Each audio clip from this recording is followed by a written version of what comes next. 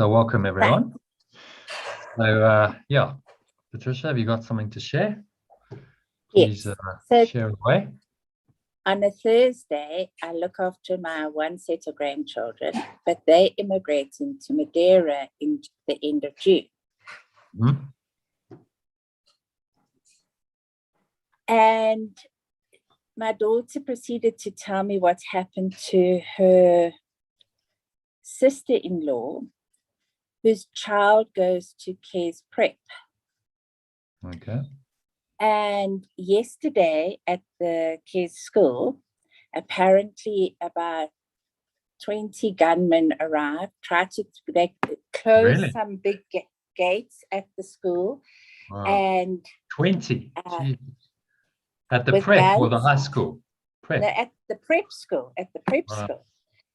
And tried to take the gates off the entrance to the school and demanded that they remove all alien people, all non-South African citizens, and anybody that they deemed was necessary, because they said there isn't enough places in the school and they demanding this. Obviously, they couldn't get the gates off, and then the school phoned the police, and the police did nothing about it. They phoned the security company, and the security company came and resolved it and dispersed them. But the children had been immediately all locked in their classrooms. The classrooms were locked. So you can imagine, and my daughter's telling me this, and I can hear all her fear, and I can understand that. You know, these are, primary school children. And as she said, I'm getting into fear, and I'm saying, oh my word, what's going on? We have to leave, and all this, that immediate fear arising. And as she's telling me the story, I go, oh my word, this is the most perfect opportunity to be at peace, to do forgiveness, and to know that I'm safe in spirit. That's all that I have to do. And I went, oh my word, it's actually that simple. I just wanted to share how that fear had arisen in me as she's telling the story. And I started to, how could they do this? How dare they do this to children and, create such fear in parents and things. Then I went driving home and went, oh my word, this is what forgiveness is about. It's seeing that they have a right to make demands on schooling if their kids aren't in school. Look, they didn't go about it the way we would like, but is it really what they're doing? They showed up with guns saying, were they parents? Exactly. And the parents have all been fearful, and obviously, this is one of the big schools in Joburg. This is the school to go to. Yeah, I went to the high school. I didn't go to the prep, but yeah. And my son-in-law, his sister's child goes there.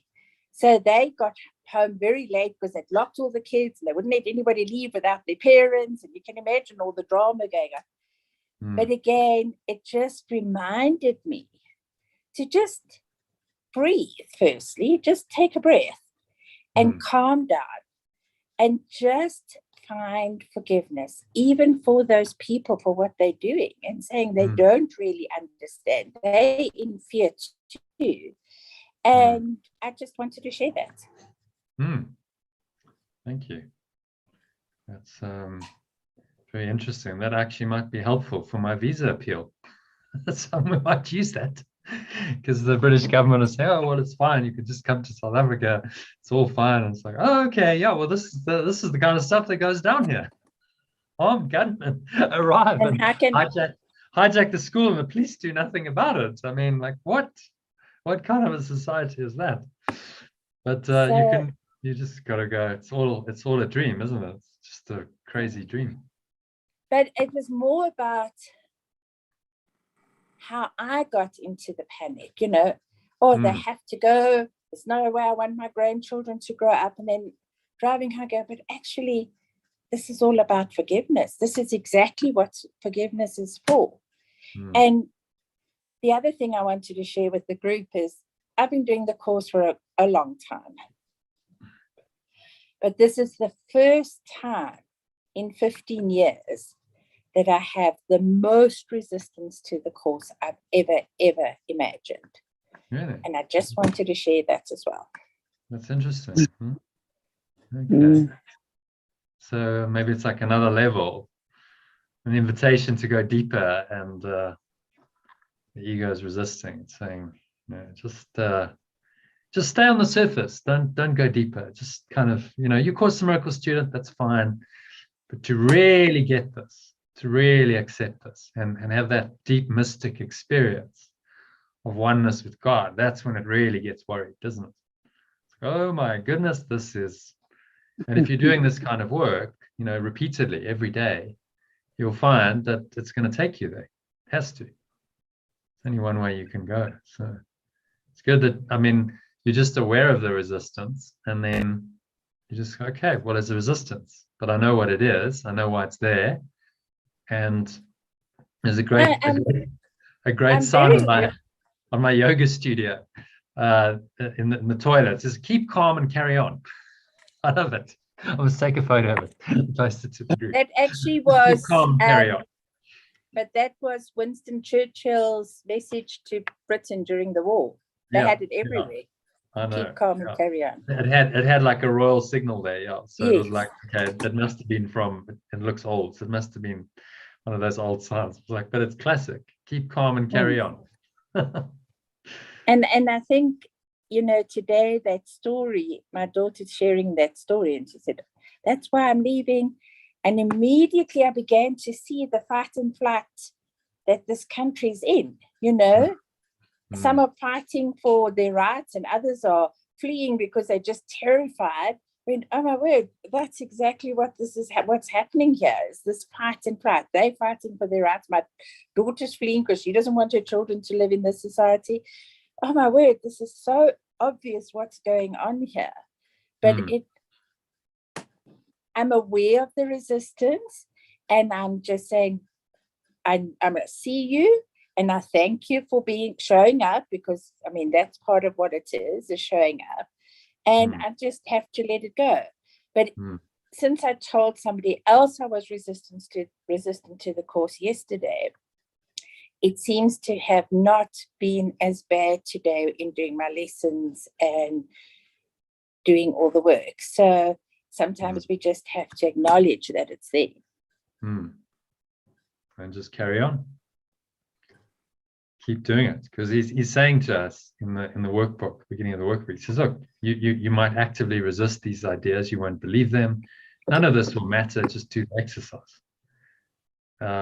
So that, just if you're just doing it, then you're doing the course. If you don't do it because of the resistance, then of course the ego is winning, because it doesn't want you to do it.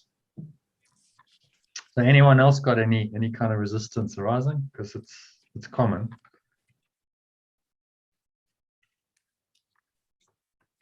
Lane, Katie? Say, I've been in flow for 4 days. It's been wonderful. But really, you haven't been doing the course, really? No, I haven't. But I've been thinking about it a lot, and doing that theta meditation every day. Okay, good. So it's I actually am working on it. What I've learned thus far. Good. They're integrating it into your life. That's what it's about. It's about actually having an experience. Well, welcome back. So hopefully you can, you can join us every night, or every day, every afternoon. Katie, did you want to say something?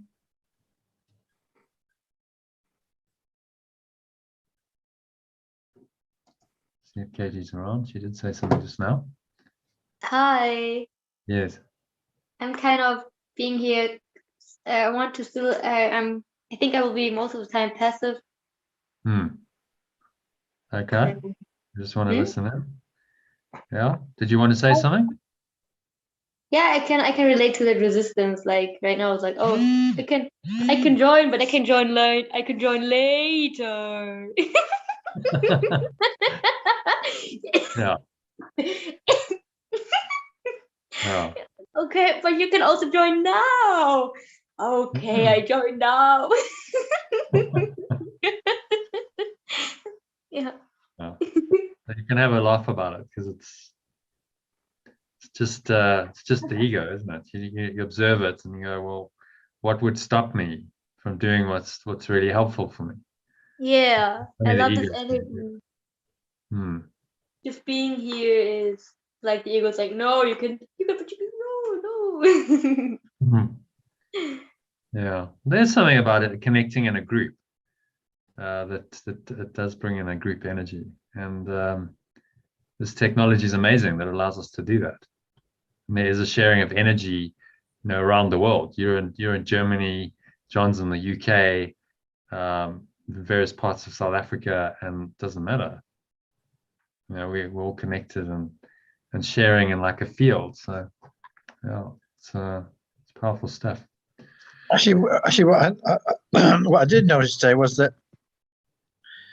I read the text that we're going to do tonight. Okay. And actually, I found that useful because I read the first couple of 3 sentences and it kind of blew my brain a bit. And had I not read it in advance, had I read it during this session, then I think it would have kind of thrown me off course. Whereas having read it in advance, I do think it's useful to read the text. I mean, the lessons are something else, but I think the text, because of its intensity, even if you don't understand it, it's worth reading in advance just to kind of take away the edge of fear. And it is about fear, actually. So, interesting. Yeah. So there's the resistance coming up. It's like, oh, yeah. What's the saying? Because every sentence he's like pushing the ego's buttons in this course all the time. So then like something arises and you notice that and you go, oh, okay, if I had an emotional reaction to any particular sentence, just notice that, observe it, and say, okay, well, that's interesting. I seem to have some resistance or some fear or whatever, and then just observe it and carry on. And it will pass. It's about being willing to move through whatever the uncomfortable emotion is, and just allow it to kind of pass away, and then the course is doing its job. Honestly, if you don't have resistance, then it's not really working. You're not doing it at a deep enough level. So even if you've been doing it for many years, as Patricia shared, she has. There's like you sometimes hit another and you go, okay, I thought I got this. And I've been doing this for years and years, but actually, no, maybe I don't. Because the message is so, as you say, blew your brain, so mind blowing. I was just doing a meditation and going, none of this matters at all. Nothing. No, none of the dramas. I was chatting to Richard and he was telling about some stuff going on in his life. And it's like, none of that matters. It's just a story. It matters not a jot. It's totally unreal. These thoughts do not mean anything. And when you really start getting that, I mean, it's scary for the ego. It's like, okay, well, this is the end of this whole construct of thought that is the foundation of a reality.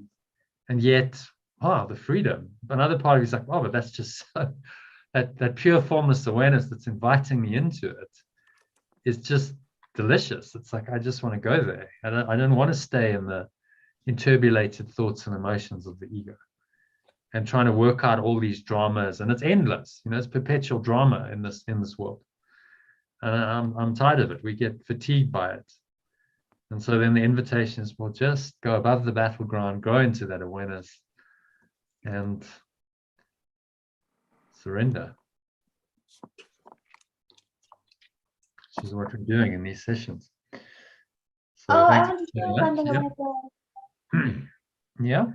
It's like I didn't want. It's like I'm feeling like I have tomorrow my job interview at 8 a.m. and I just want to listen, but I'm like I want to share it too. I had.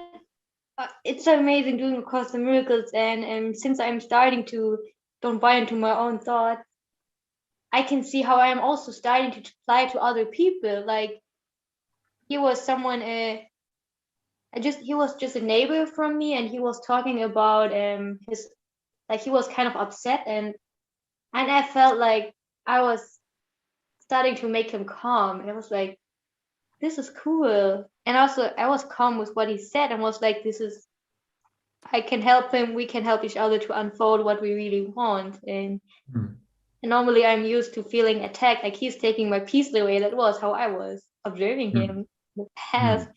Like no, he's like searching for the same, and I'm starting to see how it changed. And it's like it's going back and forth, but it tends to be now also to go more into right mind and not only wrong mind. Yeah, well, that's how it works. Well, actually, I think maybe let's do the one of the pathways today, because it's all about relationships. We didn't do it this afternoon because you had to go. So if everyone's open to that, let's just say hello to Iona.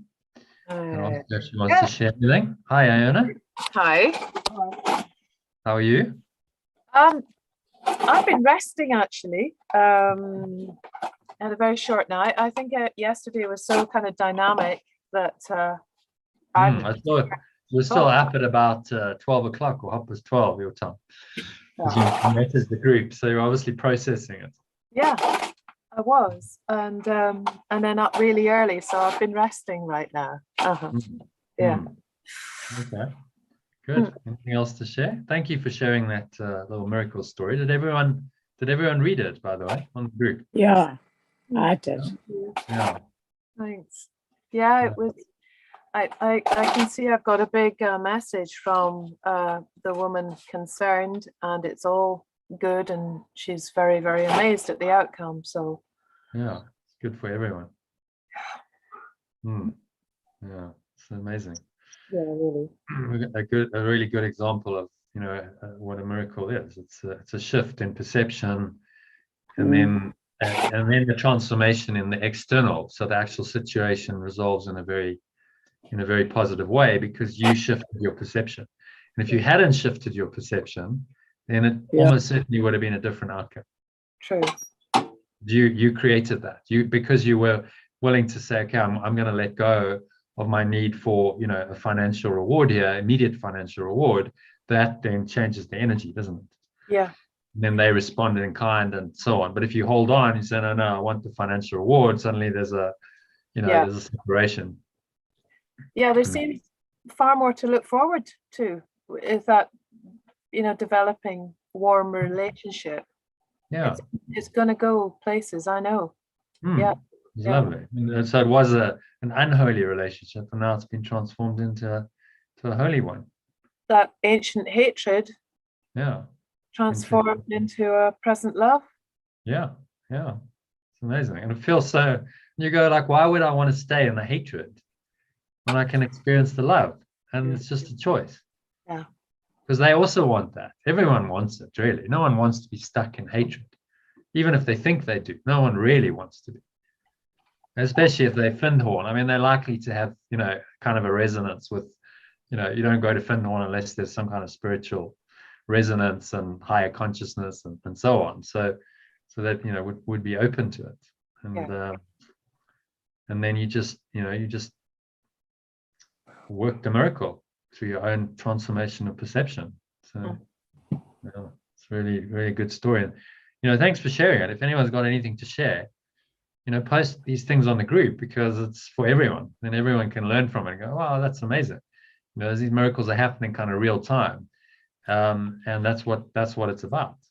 That's why we do the work, so that the miracles start unfolding. All good. All good. Okay, so anyone else got anything to share? Otherwise, let's maybe should we go into meditation to start? If anyone's got to drop off, or at least I've done the med, I'll take you into the meditation and then into practicing the workbook lesson as part of it. And then we'll come out of it and we can do a little discussion on the workbook lesson if you want to, and then move into discussing the 8th pathway and then the text. That's kind of the agenda. Sound good? Okay, so I'm going to mute everyone. Let's just mute everyone.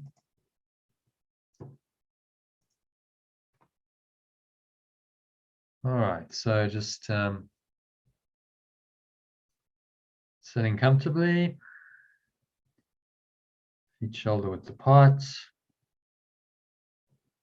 Keep your back straight. Close your eyes. Take a nice deep breath in. Notice how the stomach rises and the chest rises. Subtle flow of air in through the nostrils. Clench the sphincter muscle used to contract the flow of urine or squeeze the last drops out. Lock the energy in, draw it up. Feel this energy moving up into your heart center.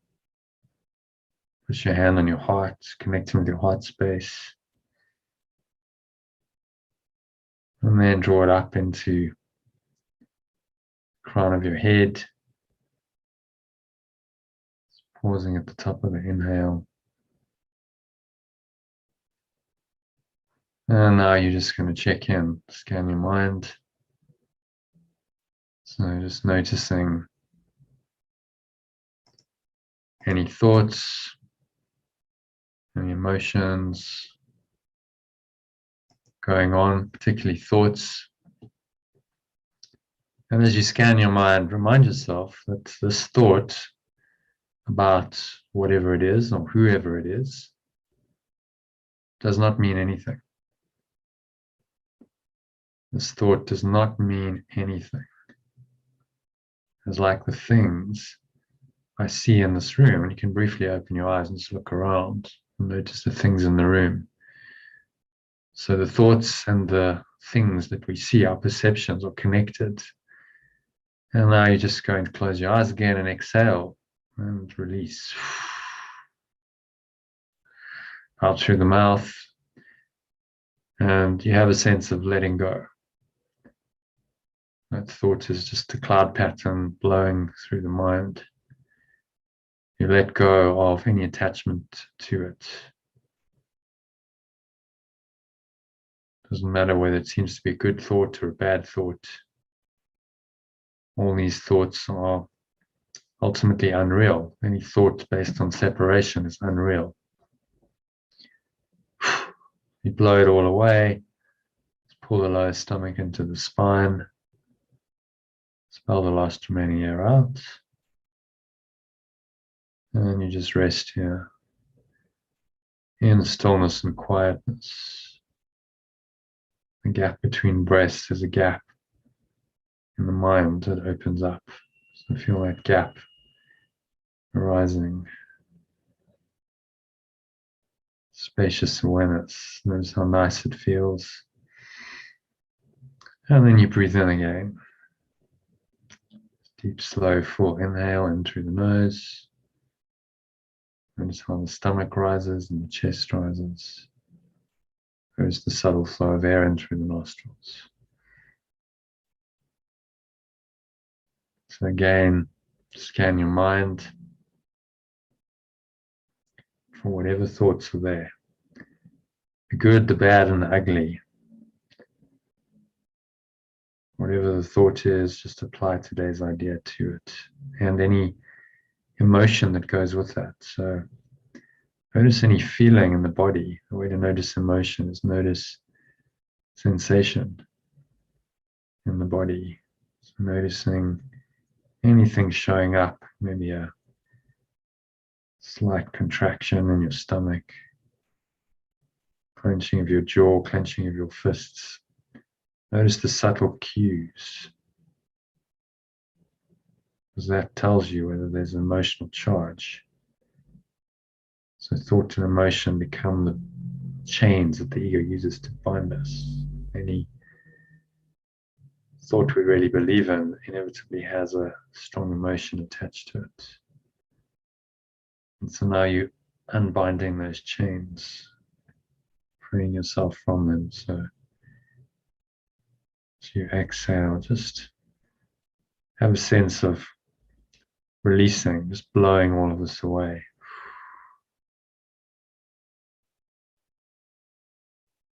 There's the air flowing out of your mouth, chest and the stomach sucked back in, and just freeing yourself from the bondage of thought and emotion. And this is how we keep ourselves in prison, through our own false thoughts and negative emotions that arise from them.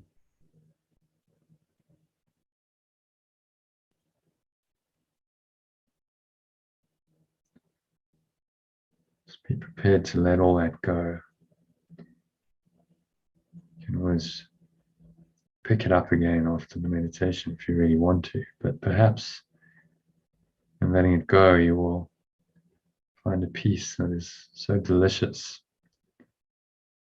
that you would want to depart from it. You want to stay in that peace. And then you start making the choice for peace rather than for conflict. So just breathing in and out through your nose, and observe the subtle sensations in the nostrils. As you breathe in, sensation in the nose. As you breathe out, sensation in the nostrils. Notice the touch of the breath on the tip of your nose, the bridge between your nostrils, on the bottom lip,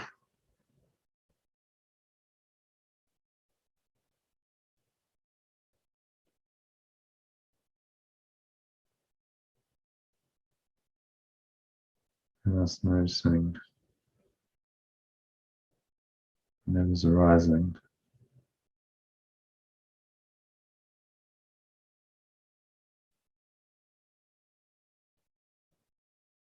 And focusing all attention on the breath helps you to bring your mind into the present moment. Create some space, some awareness, and then if thoughts arise in that space, you notice them. Calmly, objectively. There's no judgment of the thoughts. Other than that, they don't mean anything. Whatever the thought is, you just observe these thoughts and just say this thought about whatever or whoever it is, whatever it is, whoever it is. If it's a thought of form, any kind of situation, person, place, event, circumstance going on in your life or in the world, it does not mean anything. There's no exception to that, because this whole domain is the ego's domain, and the domain of separation does not mean anything. If it meant something, then it would be true, and we would be bound here. There would be no escape.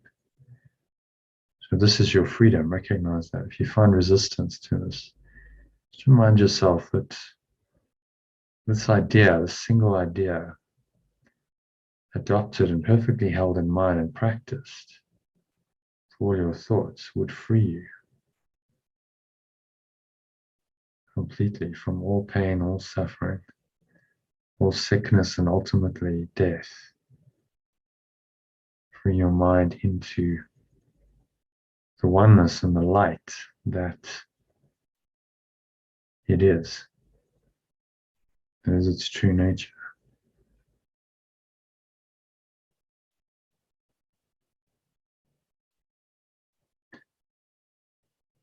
So you give yourself the gift of going into that, just sinking inward. Follow your breath, breathing in and out through the nose. Notice subtle sensations of the breath. And just going to do a little body scan or Vipassana meditation is part of this meditation. So be aware of the sensations in your head, your upper head. Just observing maybe this little subtle feeling there as you put your attention there, a little bit of tingling. Notice anything overt. So you might feel some itching, some tingling, prickling, whatever it is, as you focus on attention on it, just allow it. Allow it to be. So without judgment. And there's no attachment. So you're learning to be equanimous to whatever you feel. Whatever sensations arise, you can stay in equanimity, recognizing that these are just sensations. They come and they go. They arise and they pass away. So they cannot be true and real. They are part of the ego's illusion, separation. What is real must be permanent. Permanent in your experience. So by observing the unreal in this way and just releasing it, not judging it as real, you are laying it aside. You are telling your mind that this is not important, and opening your mind to the experience of what is important, pure formless awareness. And just as you keep the breath going, breath is flowing in and out through the nostrils, stomach rising, stomach falling. Just set that breath in motion. The breath is happening to you, through you, and for you. There's no conscious stressing, straining, or striving. You just observe it and feel how peaceful and relaxed you feel. And you're just the pure witness, the observer.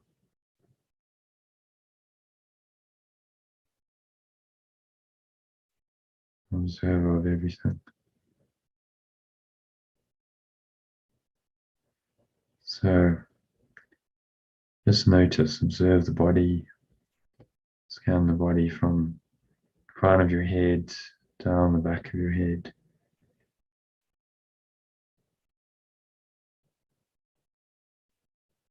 Through your face.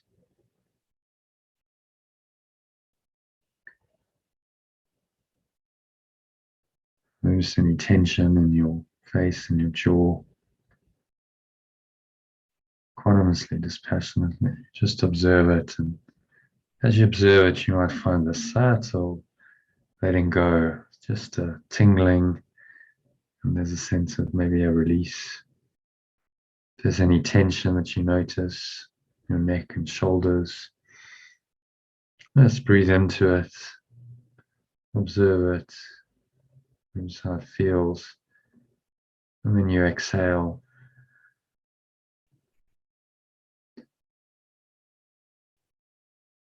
Just releasing it as you exhale, make a sighing sound in the back of your throat.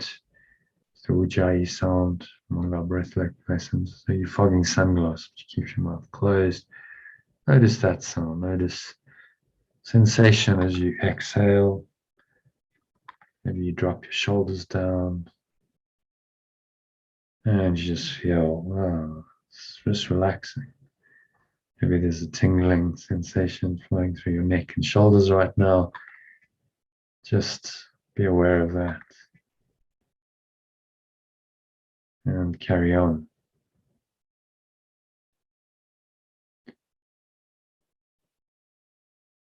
Notice what's happening in your upper arms, your triceps, and your biceps.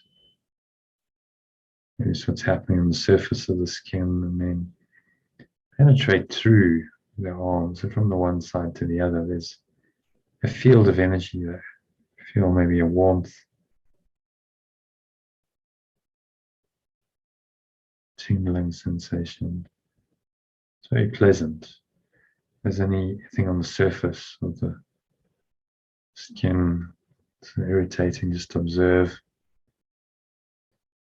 and don't react to it. So if you feel tempted to move and to itch and fiddle and scratch, don't. Just observe, training your mind not to react. to observe sensations of the body. That allows you to observe emotions. And this Course in Miracles is all about mind training. So it's about observing our thoughts and emotions. But focusing primarily on thoughts. So by focusing on your thoughts and observing them and observing sensations in the body, you have a way to observe both thought and emotion, which is very powerful. In a calm, equanimous way, not react, and then simply choose to release whatever doesn't serve you.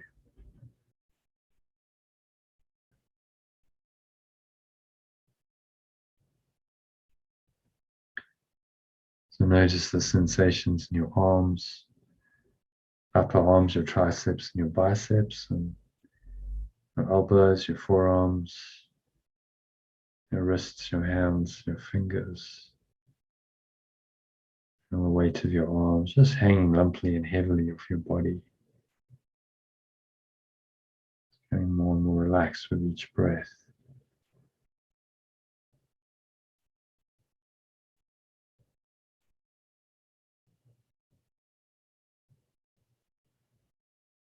Observing whatever arises dispassionately, calmly, equanimously, don't react. Breathe in again, notice sensation in your fingers, palms, back of your hands, your wrists, forearms, elbows.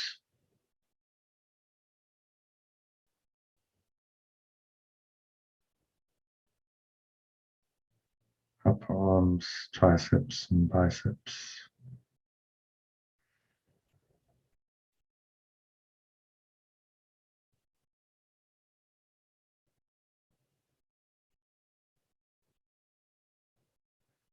To your neck and shoulders again. Breathing in to any areas. If you notice any tension, you observe it equanimously. And as you exhale, you just have a sense of releasing. There's no attachment to it. This is not real, just a sensation in the body. And no sensations are real.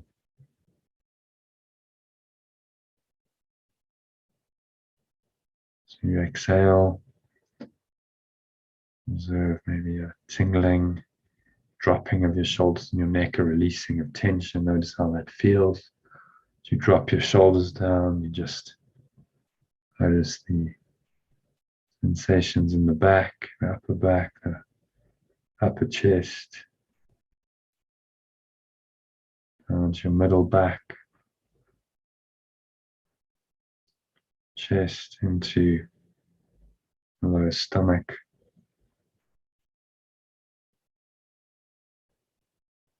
and lower back.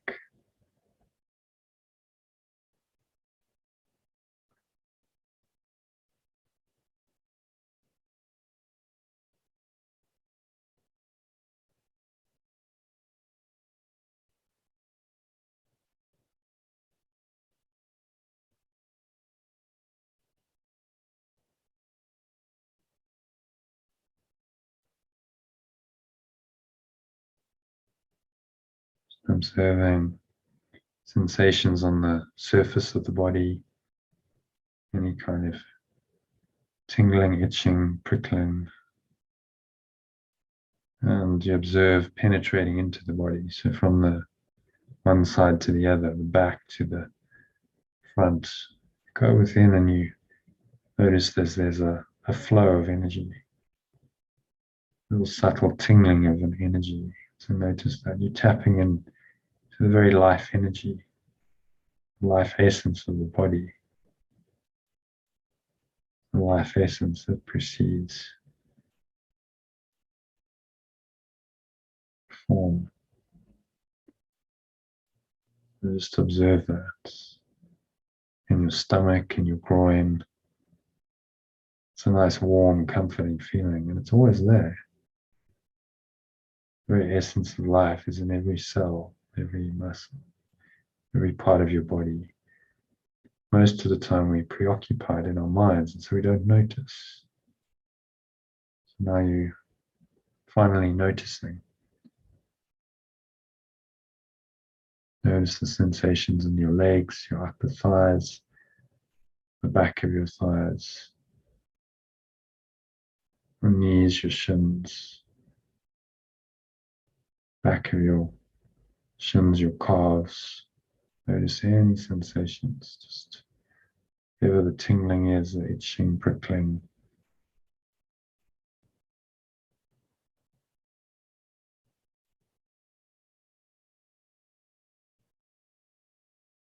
And just let go. And just observe, notice sensations in your feet, upper soles, ankles, feet and your toes.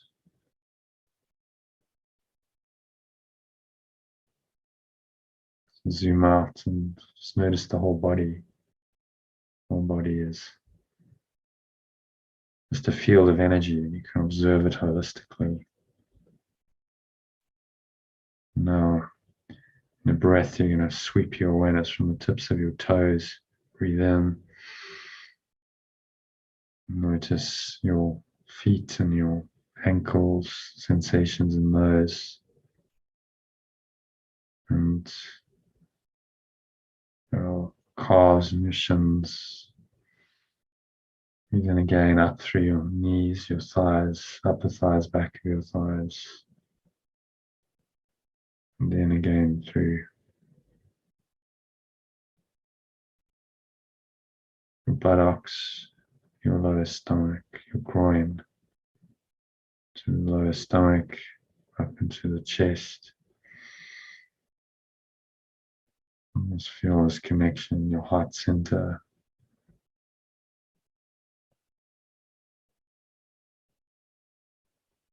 And then draw another breath in and just observe the rest of your body. So middle back and your upper chest, into your neck and your shoulders, a tingling sensation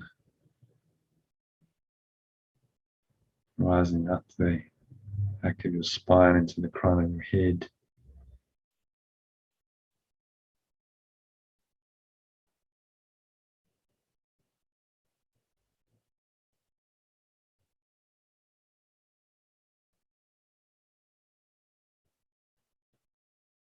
And through your neck and shoulders, and through your arms, from the tips of your fingers all the way up, through your wrists and your forearms, your elbows, upper arms, triceps, biceps, into your neck and your shoulders. Just breathing in and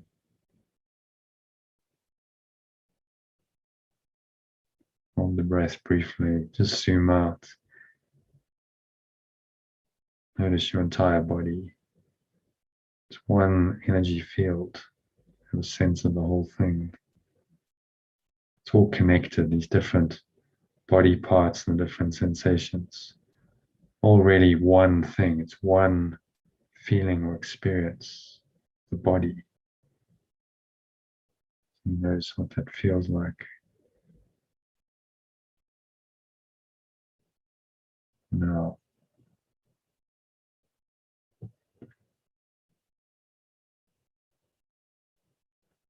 you exhale, just release. Notice any uncomfortable sensations in the body, any emotions that go with that, and therefore any thoughts. Just breathe it all out, let it all go, and say,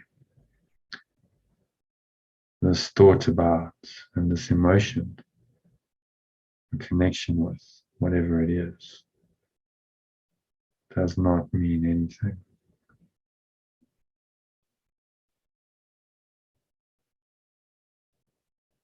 Doesn't mean anything.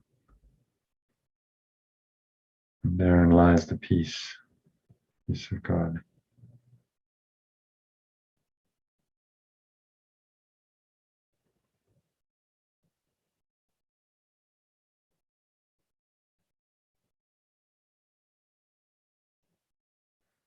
So, for a few minutes of deep silence, you're just going to rest in the peace of thoughtless awareness, pure formless awareness, beyond thought, beyond sensation, beyond emotion, beyond this world, all the constructs of this world experienced through the body's senses. Going to let go of that for a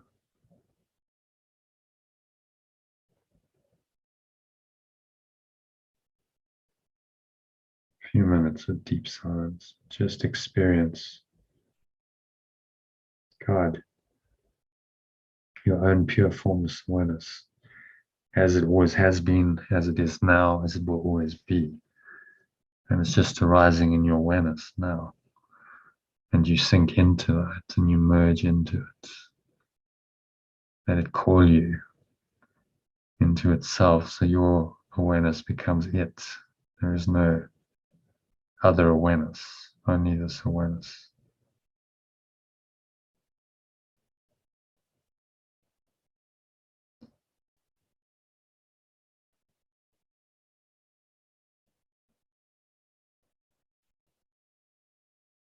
Nowhere else to go, nothing else to do, nothing else to think about for the next few minutes. Just breathe, observe your breath, observe sensations, observe emotions, observe thoughts. And if anything arises at all, just apply the idea today. So this thought about, this emotion about, whoever, whatever, does not mean anything. Like the things I think I see.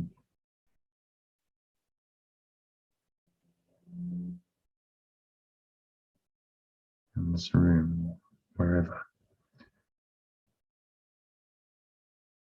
So breathe, relax, and be still for the next few minutes of deep, connected silence.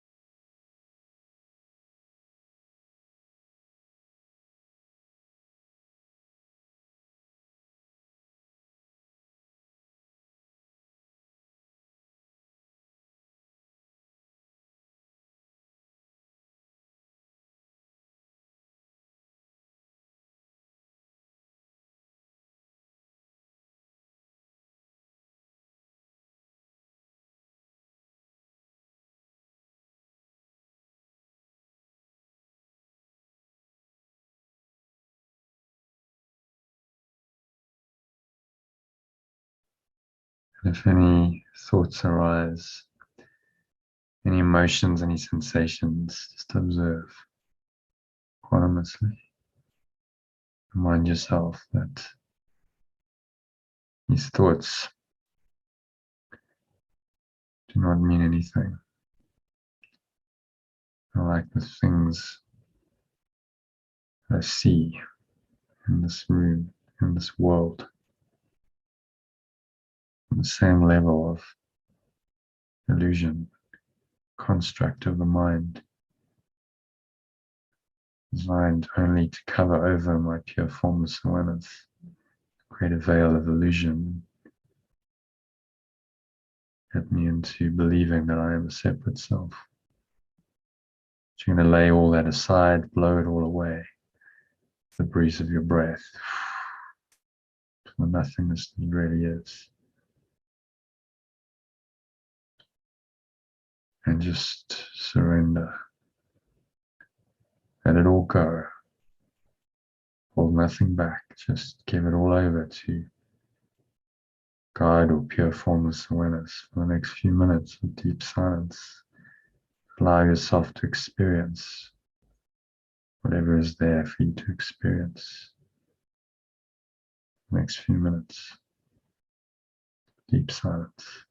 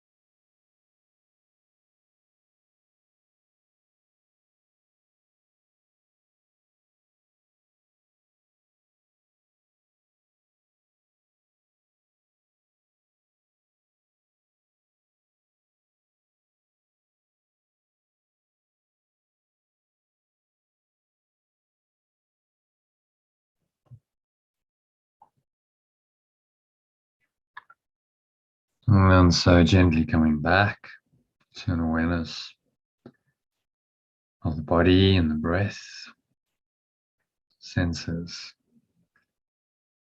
and the world from this deep state.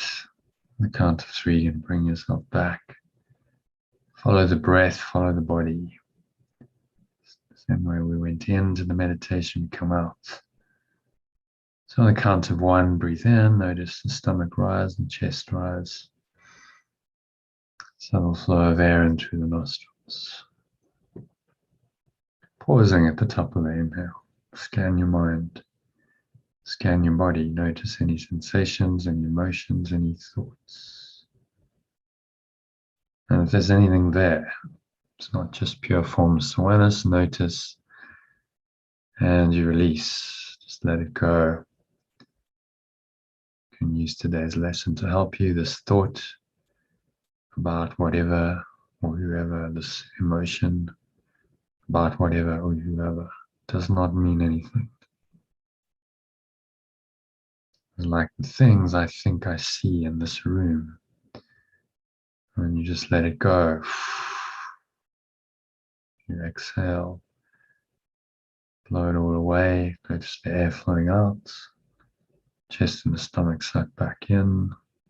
Notice the sensations of the body as you do this. The weight of your body pressing down into the chair, your feet touching the ground. Noticing what you're touching and feeling. There is a subtle taste in your mouth, a smell in your nose. Noticing all of this. It's very still calm and equanimous state. You're not judging any of it. It's just sensations blowing through the mind. They come and they go, they shift and they change. There's nothing to attach to. It's all impermanent, illusory. Anicca, they call it in Buddhism. Anicca means impermanent, the temporary nature of this experience in the world. So don't attach to any of it, because it's changing all the time. If you get attached to it, you suffer. And just observing what you're hearing as well. Again, just allow whatever sounds to rise and they just pass away. Or even if it's a continuous sound, like your computer fan whirring, and just notice that there's an underlying stillness. Underneath that sound is exquisite stillness, the ground of being, pure formless awareness. And it's in your awareness right now. And then on the count of 3, you're going to open your eyes. So just look around, apply today's lesson one more time. As you look around, say this thought about whatever, if there's any thought going on in your mind, does not mean anything. It is like the things I see in this room. And when Jesus says seeing, he's actually referring to perception. Starts with the visual sense in these early exercises, but it actually encompasses all of your senses. So whatever you see and feel, touch, taste, hear, smell, does not mean anything. It's all within the construct of the illusory domain of the ego that in truth does not exist. And so now we're going to go straight into today's breathwork technique. It's a really simple one. So often at the end of a session like this, you can feel a bit spaced out, zoned out. So this is a great way just to bring you back into an alert state of mind, but still relaxed. So what you're going to do, ideally stand up. I'm going to do it sitting down so you can see me. And you're just going to focus on the exhale. So it's 2 sharp exhales and push your hands out. And then another 2 and push your hands down. So actually, maybe I will stand up and demonstrate. Let's see. So it's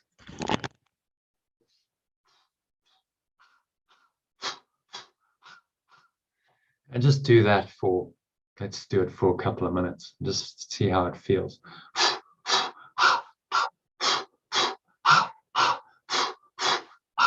And just focus on the exhale out your mouth.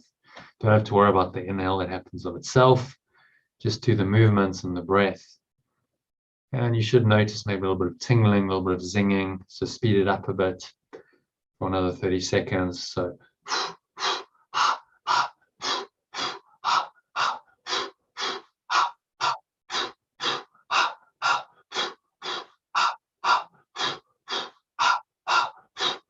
a little bit faster.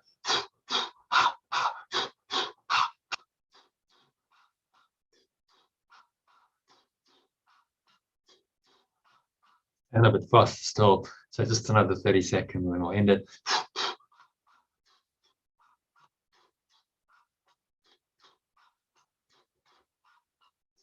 If you feel like laughing, that's okay. You can smile, you can laugh.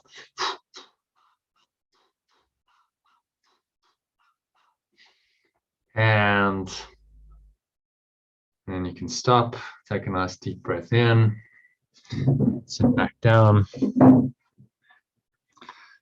And just notice how you feel. So that should have just kind of created a little bit of a zing, a little bit of alertness. So if you're feeling zoned out after a meditation, then this is one way to just kind of get yourself back into an alert state, but still calm and relaxed. So you can use that after meditation. You can use it if you're feeling a bit low energy and you need to get alert. The other day I was feeling a bit inturbulated, and I went out and I did some of these practices while I was shooting some videos, and it was amazing. I was like, wow, this stuff really works. You know, one does feel more alert, more energized. Okay, so everyone back. Let's unmute everyone.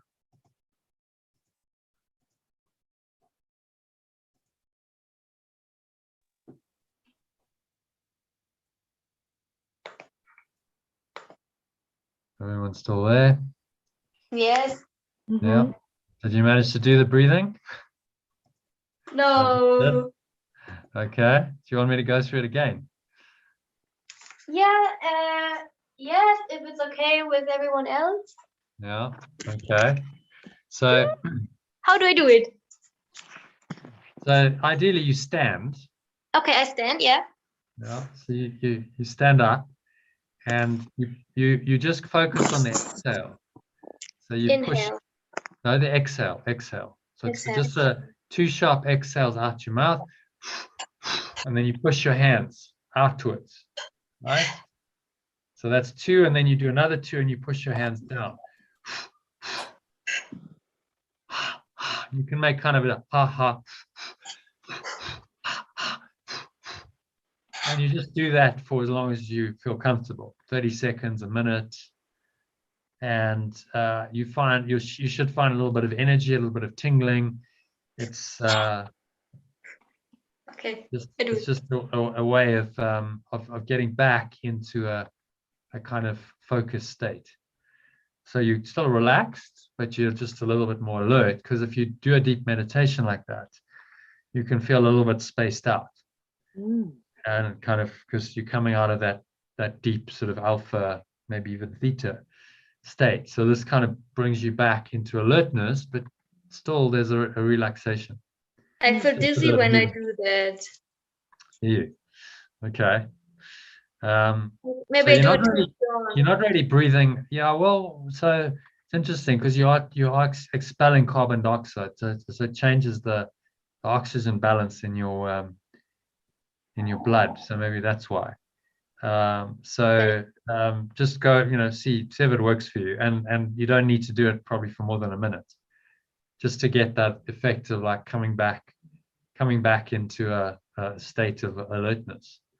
Because someone once asked me, she said, well, I feel really spaced out. Is there anything I can do after these meditations. It's like, yeah, well, do a little bit of breath work to bring you back into an alert state. So you can do it, and then you do this minute or two of breath work, and then, you know, off you go for the rest of your day. So it's quite a nice, quick technique. It only takes a minute or two to do, just to get you into an energized but still relaxed and focused state. And I did send it out in the email, so, and I sent out a recording of it this morning as well. So you've got it. You can use it anytime. It's a very simple technique. Just, yeah, these tools and techniques are all there to help you to change your state. So if you're feeling in a low energy state, you're feeling not quite optimal, and you know, these can help you. And it's all natural. I mean, there's no substances involved. Usually when you need to change state, often people look to something else, something external. Oh, well, you know, I'll eat something, I'll drink something, I'll smoke something, whatever it is. I'll watch something, I'll go shopping, I'll do something. And this is the simplest way of really shifting your state quickly. And you know, I noticed that the other day, because I was doing some work, and it's like the IT wasn't working out, and I was like, okay, I need to go and shoot these videos anyway. So okay, just take a break, go outside, and then I just did the practices while I was shooting the videos, and I was like, wow, I actually feel really energized and refreshed and alert, and so, you know, and I wasn't feeling that before I started doing these. So they can change your state and get you into an optimal state. You know, remember, like, life is about mental and emotional state management.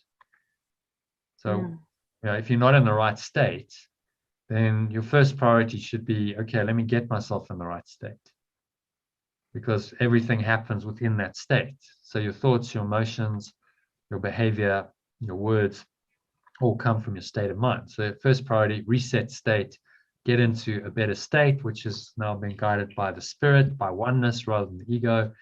And that's priority number one, because once you're in the right state, then everything flows from that. If you're not in the right state and you try and do things, you find that it's just not working. You're out of flow. It's not a very nice experience, and often you make mistakes. You'll say and do things that, you know, you might regret if you're interacting with people. So get yourself in the right state. And like an example of that is Iona, you know, yesterday, you did the session to get yourself in the right state. You prepare for that meeting. It was the best thing you could have done. Okay, so you've done an hour spiritual practice, get yourself into the optimal state so that meeting went really well. If you'd kind of gone, well, you know what, I won't bother doing the session, and I'll just kind of be doing my thing, and then, right, I'll just go in unprepared, might have been a very different outcome. So you just managed your mental and emotional state, you know, well, using these tools that are available. They're all there for you, so you can use them anytime. And obviously happening in the live sessions as well.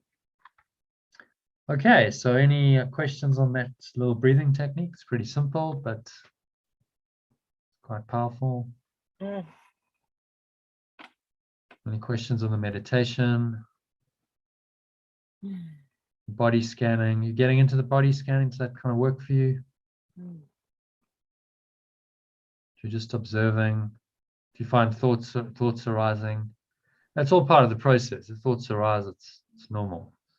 But then you just observe them, and you just kind of let them go. By focusing your attention on the breath and the body, you're helping your mind to let go of thoughts and not be so attached to your thinking, which kind of connects in quite nicely with today's lesson. So I just integrated the lesson into it, which you can do. It's thought about whatever does not mean anything. Whatever the day's lesson is, it's always a lesson in letting go. So you can use the lesson to help you to let go. Okay, so should we have a little look at the lesson? It's pretty straightforward, but maybe it's worth just reading for a bit, contemplating, discussing. So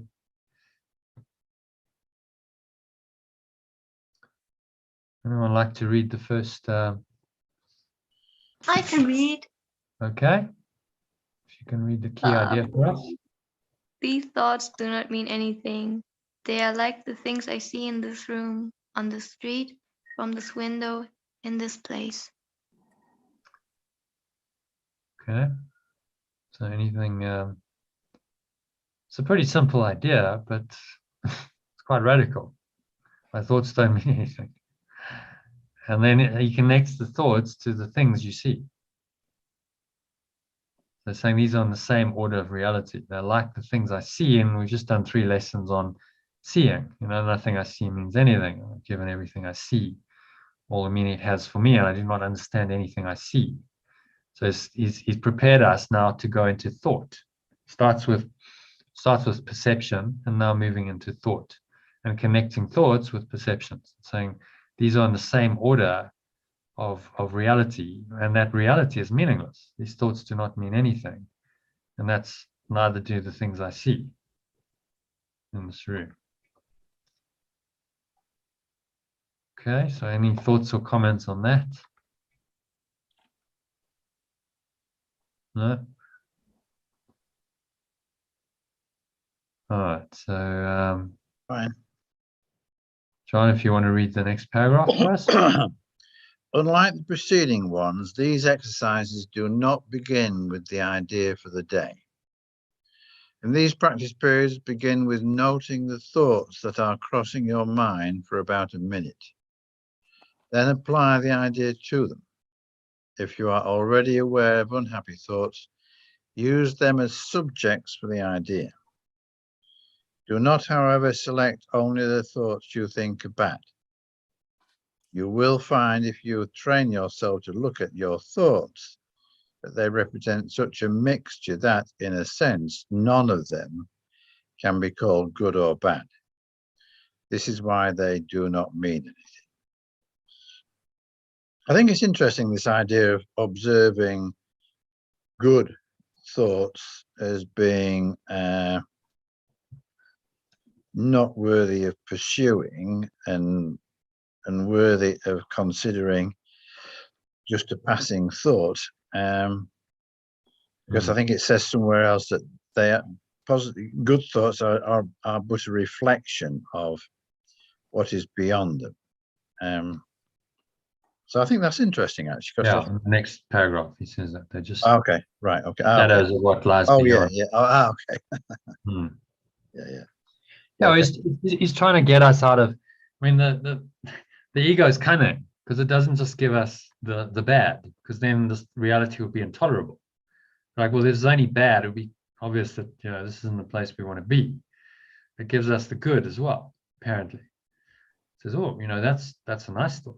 That's an attractive thought. That's something that you value, and it gives us things to attach to in this world, whatever that may be: a person, place, an object, a substance, an experience, and so on. And it says those are good thoughts. So why don't you focus your mind on good thoughts? And this is positive thinking, right? The whole positive thinking means, well, we'll just focus on the good, you know, just think positive. And then what Jesus is saying is, well, are those thoughts even really positive? Because what they're doing is they're actually clouding your pure formless awareness. The good thoughts are shadows of what lies beyond, and shadows make sight difficult, as he says. So actually, what you don't want either of them. You do not want either, because the bad ones are active blocks to sight and make seeing impossible. So you've got a bad thought, it's negative. You're feeling that whatever that negative emotion is, that blocks your sight. You cannot see pure formless awareness then. And the good ones are still shadows.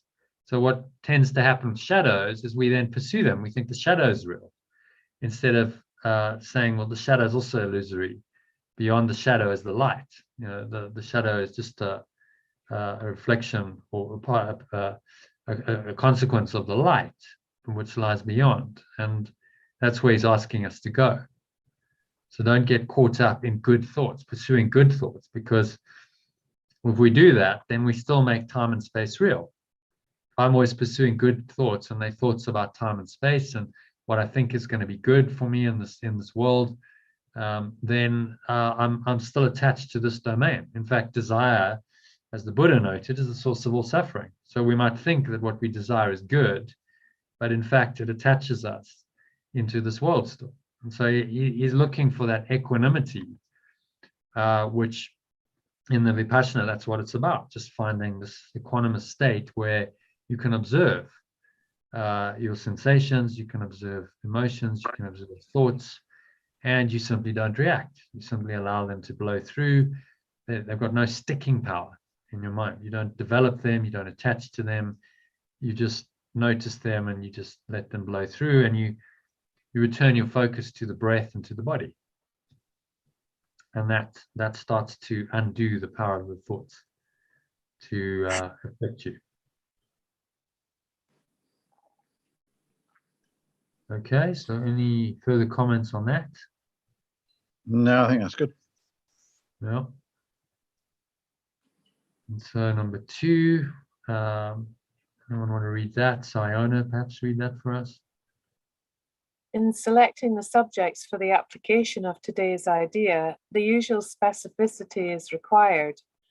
Do not be afraid to use good thoughts as well as bad. None of them represents your real thoughts, which are being covered up by them. The good ones are but shadows of what lies beyond, and shadows make sight difficult. The bad ones are blocks to sight and make seeing impossible. You do not want either. So number 3, none of them represents your real thoughts.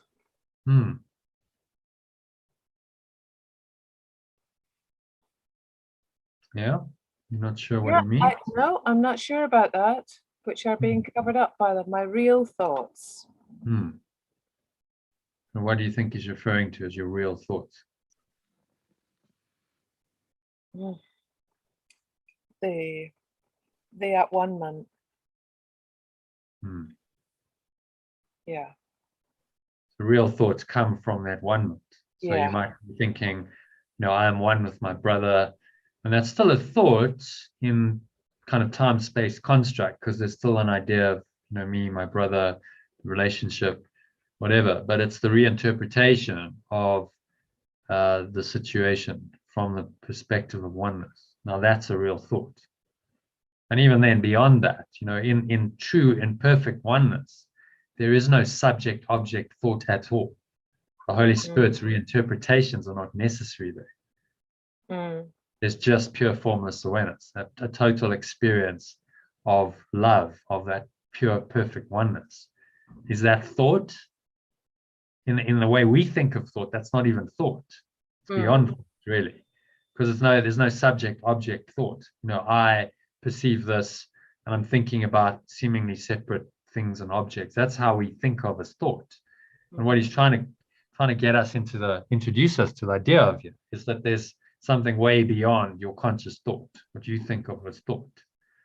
There's something way beyond that, and that's actually what you want. Because ultimately you want that pure formless awareness, which is just perfect awareness. So he uses the word, the thought of God.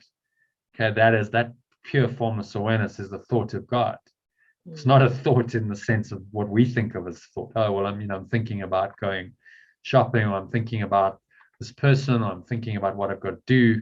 Those are the thoughts that populate our minds in this time-space so-called reality. And he's saying, well, that's not really thought at all, actually. You think it's thought, but actually these thoughts are all meaningless, because it's in a construct that's unreal.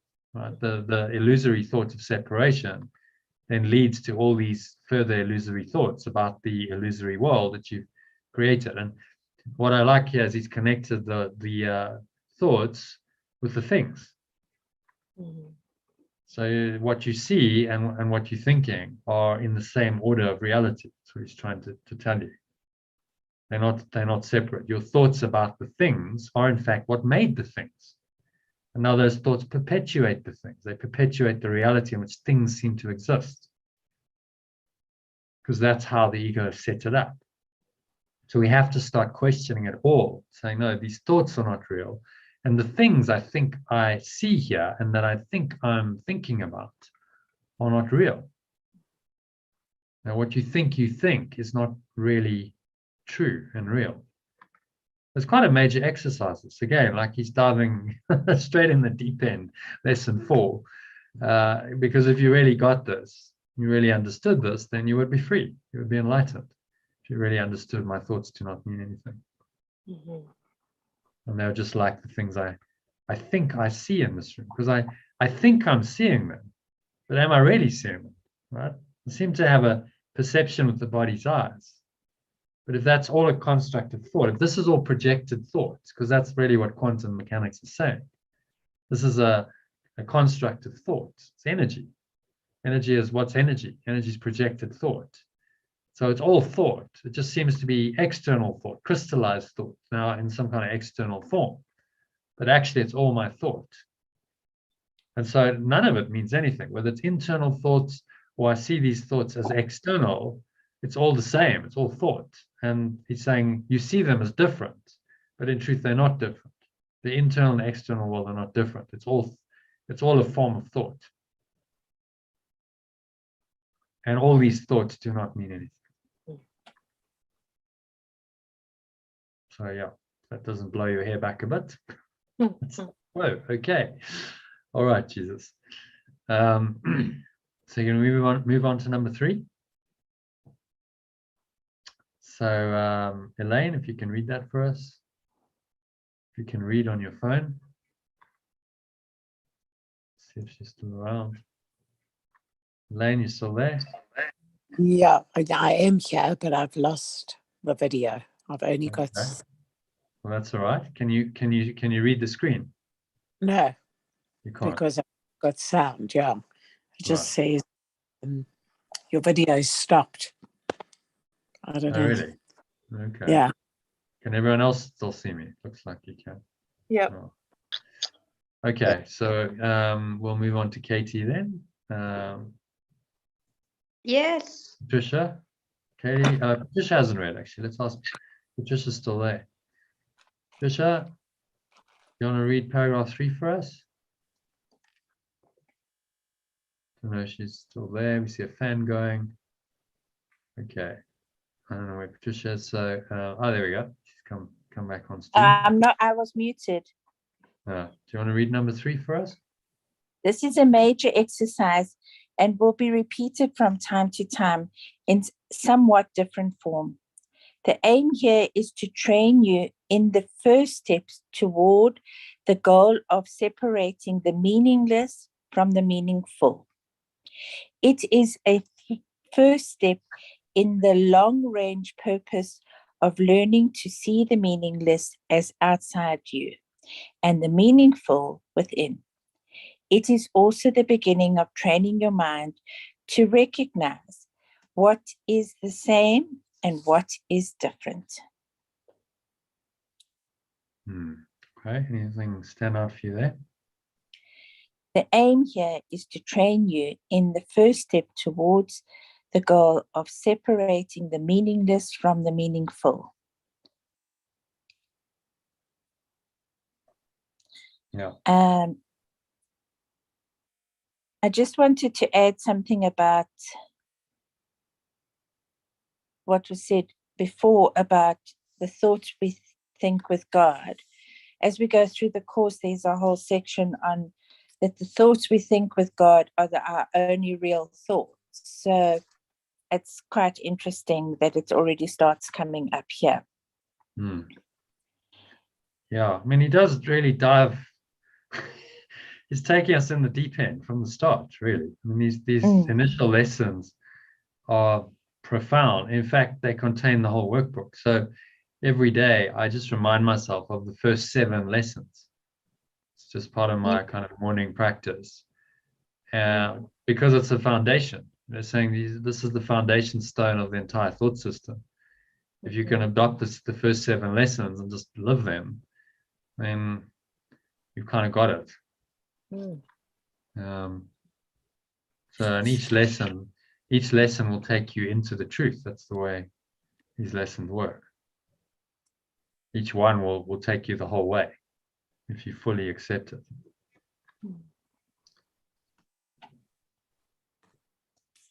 Okay. It's also teaching us right thinking, which we'll delve into also a bit later as well. Yeah. to let go of the thoughts that don't serve you. And in fact, what he's asking you to do here is let go of all thoughts. Just drop all the thoughts that you think are good or bad, because actually you don't really know the difference. And even the good ones are just still shadows that make your sight difficult, because you're still focusing on the form. You see, what he's trying to get us out of is this obsession or attachment to form. And we're always thinking about form. We're saying these thoughts about form are real. But if form, the world is form is illusion, then the thoughts about anything in form must also be unreal. And then this points us to this pure formless awareness. That's just an experience, right? The thought of God is just that perfect experience of love. And there's no kind of subject-object thought. It's not like I'm thinking about this. You don't have lots of things going on. It's one singular experience. That's ultimately where this is leaving. A single thought held perfectly in the mind of a single thought of love will, restore your mind to pure formless awareness. Okay, and so then he just goes into practice. So Katie, if you want to read number 4 for us, please. Of course. In using your thoughts for application of the idea for today, identify each thought by the central figure or event it contains. For example, this thought about blank does not mean anything. It is like the things I see in this room, on the street, and so on. Okay, so anything strike you there? It's a pretty simple statement, really. Just and this is how he continues on through the workbook. Actually, very simple exercises. There's usually a sentence or two which you have to just say, and in this there's a correction, because you're being aware of the thought, and then you're saying, I'm aware of that thought, and it doesn't mean anything, and it's like the things I see. So now you're connecting in your mind and your belief, your thought, and your perception, which is why he's putting them in together. Okay. That brought something up for me. That brought something up for me.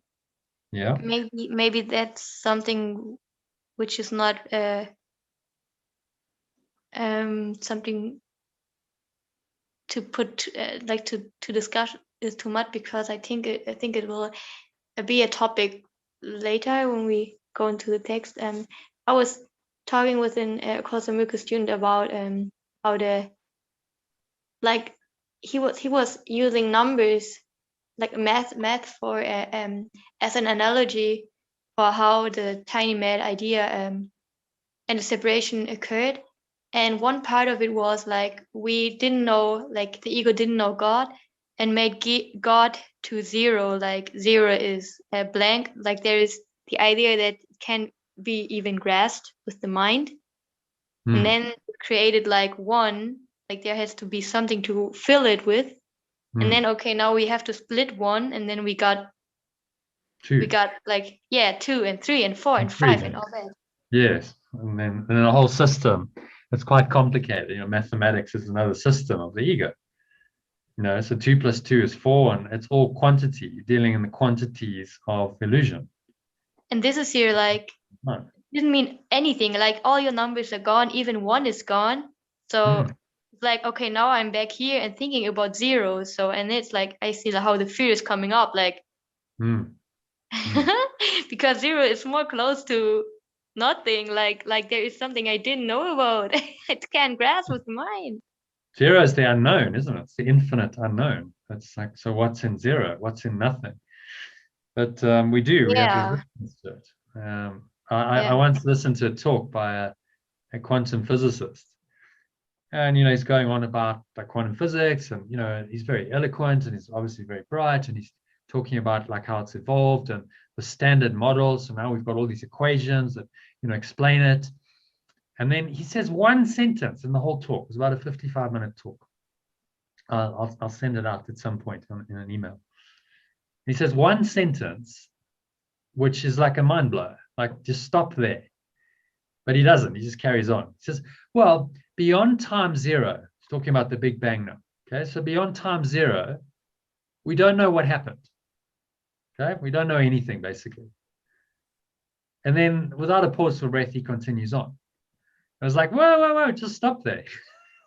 Beyond time zero, we don't know, right? So what are you really saying is that all of your models and quantum mechanics and everything, it's trying to explain this illusion of a world. And you're now like, oh, no, but we want to get better. We want to get a better explanation of it all because our standard model is not, a perfect description of this. We want to get our descriptions better. And so now we're going to continue working, trying to find an answer in the dream world. Instead of just stopping right there and going, well, at time zero, we don't know. Like all of our models just stop right there. There's no model that explains time zero. And maybe I should just stop there and pause and just see what see what arises if I go into zero. Because what will arise is something just beyond the illusion. But you see how the mind works. It's like, oh, but we're not even going to pause there. We're going to totally overlook the truth, which he's just stumbled upon. And we're just going to go right back into the illusion. And now we're trying to explain the illusion in quantum mechanics. And you'll never get to a grand unified theory. That's what they're looking for. You'll never get to a grand unified theory within the domain of the illusion because it's a domain that doesn't make sense and it's chaotic. And oneness has been denied. So you never find the unity you're seeking within the dream. You'll only find it if you look outside of the dream. And yet, because the mind, he's in this. Oh.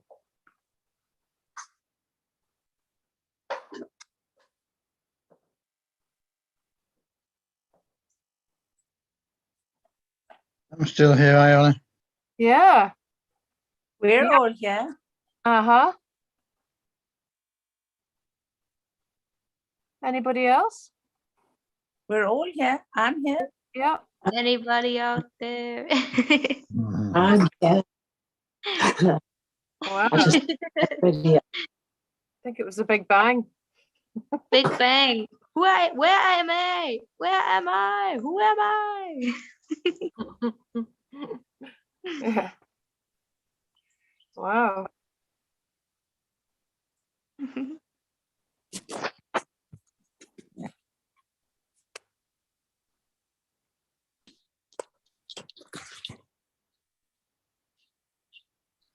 Ah.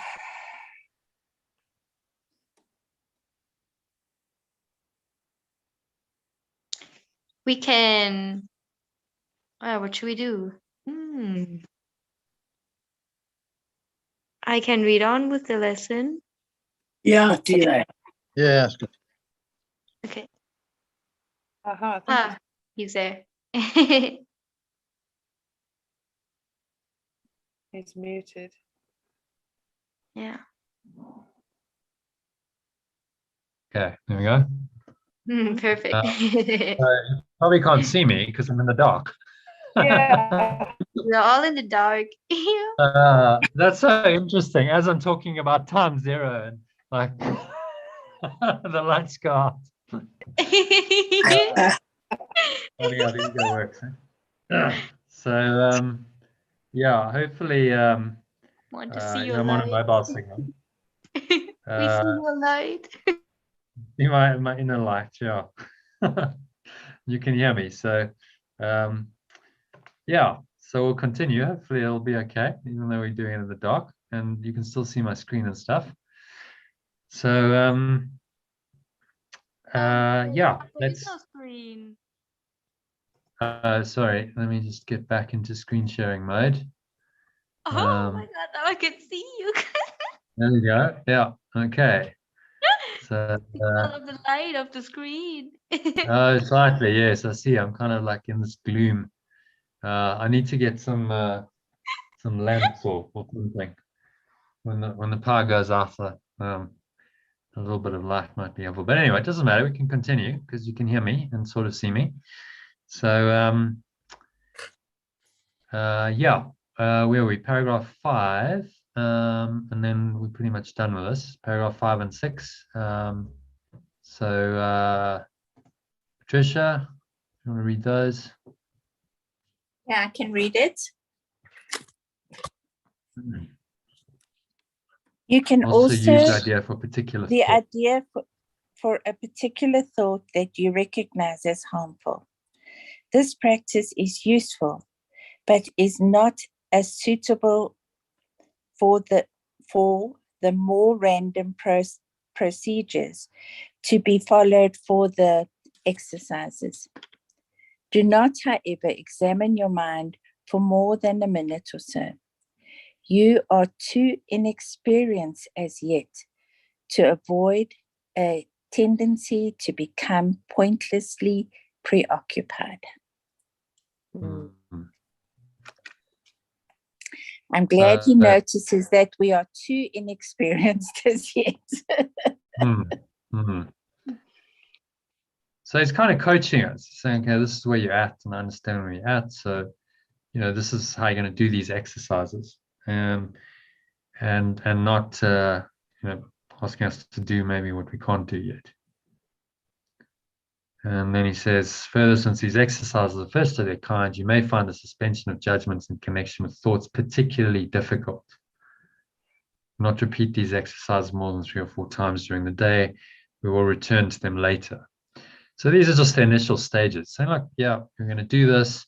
You may find it difficult. Did anyone find it difficult to just let go of their thoughts and say these thoughts don't mean anything? Yes. It's practice. Yeah, Mm. found a little bit of resistance. It's still a mind-blowing. I mean, I've done these exercises many times. Every time you do them, there's, okay, whoa, no, nothing, this thought doesn't mean anything.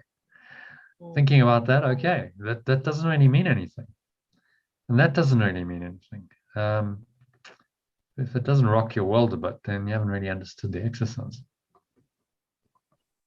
He's getting to the very core here, because the core of this illusion was thought. We thought a false thought. So he's going into thoughts and saying, okay, well, let's look at your thoughts and recognize that they don't mean anything. As a corrective device. Okay, so any thoughts on the lesson? Questions, comments? It's a good one. And as he says, well, it's a major exercise, and he does return to it. Lesson 10 is a repeat of this, essentially. Slightly different wording. Okay, so let's just have a quick look at this 8th pathway. Just a few paragraphs to read, and then we'll go into the text. Everyone's okay with that? So this is around relationships. So pathway 7 to 9 is all about relationships with people. So it's just flowing rather than manipulation. In fact, someone else read that. I don't know. Will you read that for us? There's paragraph there. Beginning flowing. Yeah, flowing. Yeah. Flowing rather than manipulation is the way of higher consciousness. Flowing means moving with the forces around us and being in tune with the vibrations of the people and things in our environment. Flowing enables us to find the love, beauty, and peace that we are missing in our lives. Yes. Yeah. I agree completely. Oh, you just had an experience of that. Yes, that's right. Being Yeah. in tune, connecting, and you find the love and the beauty and the peace that seem to be missing. Yeah. You reconnect with that. Yeah, beautiful. So these pathways all kind of interlock, and so this is about if you read the 7th pathway, just the first sentence. So we got some context for the second one, please. So I open myself. I open myself genuinely to all people by being willing to fully communicate my deepest feelings, since hiding in any degree keeps me stuck in my illusion of separateness from other people. Yeah. Yeah. My own experience is that if I am bold and just go right down and deep, then it's very freeing. And it's kind of amazing, because when you're right down there in the kind of deepest feeling, you know that you're on par with others, because we're all the same. And not hiding. I like, saying this hiding idea. Yeah. So we hide from our deepest feelings, and not wanting to communicate that, which keeps us at the surface of our mind. It keeps us stuck in this illusion of separateness. Yeah. So that was the seventh pathway. And then the eighth pathway, so someone else read that. Patricia, if you can read those first 2 paragraphs for us. Hold on, please. I'll have to find it on my iPad, Johnny, because I can't see on this. It's just too small, but just give me, I can look it up. If somebody wants to read first, and then I can read. Yeah, all right, someone else go. So John, do you want to read that for us? Yeah. I feel with loving compassion the problems of others without getting caught up emotionally in their predicaments that are offering them messages they need for their growth. It is important that you learn to feel the problems of other people with loving compassion without getting caught up emotionally in their predicaments. Compassionate understanding, yes. Pity and commiseration, no. Okay. So makes sense. Anything stand out for you there? I think it highlights that that importance of having empathy, but not getting dragged into the emotion of others, and not appealing to their victim status, or not appealing to their victim inclination. Yeah. No, exactly. So if someone's the victim, they want to pull you into their pattern. So the victim needs a persecutor or a rescuer. That's the pattern. And so then they want someone to play that role, and they will attract people in who then want to play that role, and then they get caught in the pattern. I was having a conversation today about it, actually. It's like, it's just a pattern. You got sucked into it, and not realizing that actually this isn't really serving this person. You think you're helping them, but are you really helping if you're just playing to their pattern?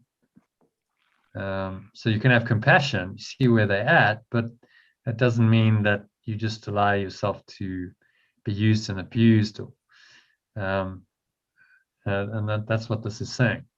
You can feel with compassion, but compassion isn't weak. Compassion is strong. You see their things, and then you can recognize that, okay, these are, although this person is experiencing this and it seems to be real to them, ultimately it's unreal, and they're caught up in their own self-created nightmare. And so I understand where they're at, but I don't buy into it myself, because that's the key. I mean, Patricia, you shared that experience with fear. So, daughter's really fearful, and it's very easy to get sucked into that, into the ego wants to suck you into that vortex of emotion, of fear. And that's not then compassionate understanding. It's now you start to sympathize, you start to enter that emotional state. And that's what every person who's caught up in that wants you to do. They want you to enter the state with them and be in it with them. Well, if someone's drowning and you go and you drown with them, that's not going to help either of you. You're both drowning. You have to stay above that and kind of reach down with a compassionate arm and say, okay, well, maybe I can pull you up out of that. And you do that by staying calm and present yourself, not going into the pity and the commiseration. So not sympathy, but empathy. Interesting, the Course, Jesus never uses the word compassion. I don't think it's in the Course in Miracles. Doesn't use it in all of the words he uses. He does use empathy, though. So I guess that would be the equivalent. So you're empathetic, but you're not sympathetic. because empathy implies I understand, but I don't enter the state with you, and I don't make it real. Sympathy implies, oh no, this is terrible, and I feel those emotions with you, and I feel your pain, and I enter the state with you. Okay, does that make sense? Yeah. Okay. And so moving on to the next paragraph. Can you read it now, Patricia? Have you found it? Yeah. Compassion means that when you emphasize with the predicament of other people, you silently send out the vibration. Yes, I know. I've been there too. Compassion means that you understand the duality and the separation they are creating in themselves by rejecting what is there and now in their lives. But you do not get caught up in their poignant drama. Compassion means that you stay centered and high and loving whenever you are around them, for they are playing out their addictions, suffering because of them, and hopefully picking up the messages life is offering them.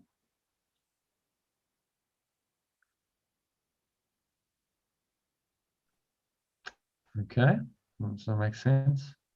Anything stand out for you? Well, I think that often we do need to have empathy for people, but not get sucked into the drama, because, as you say, we're not helping them, and we're certainly not helping ourselves. And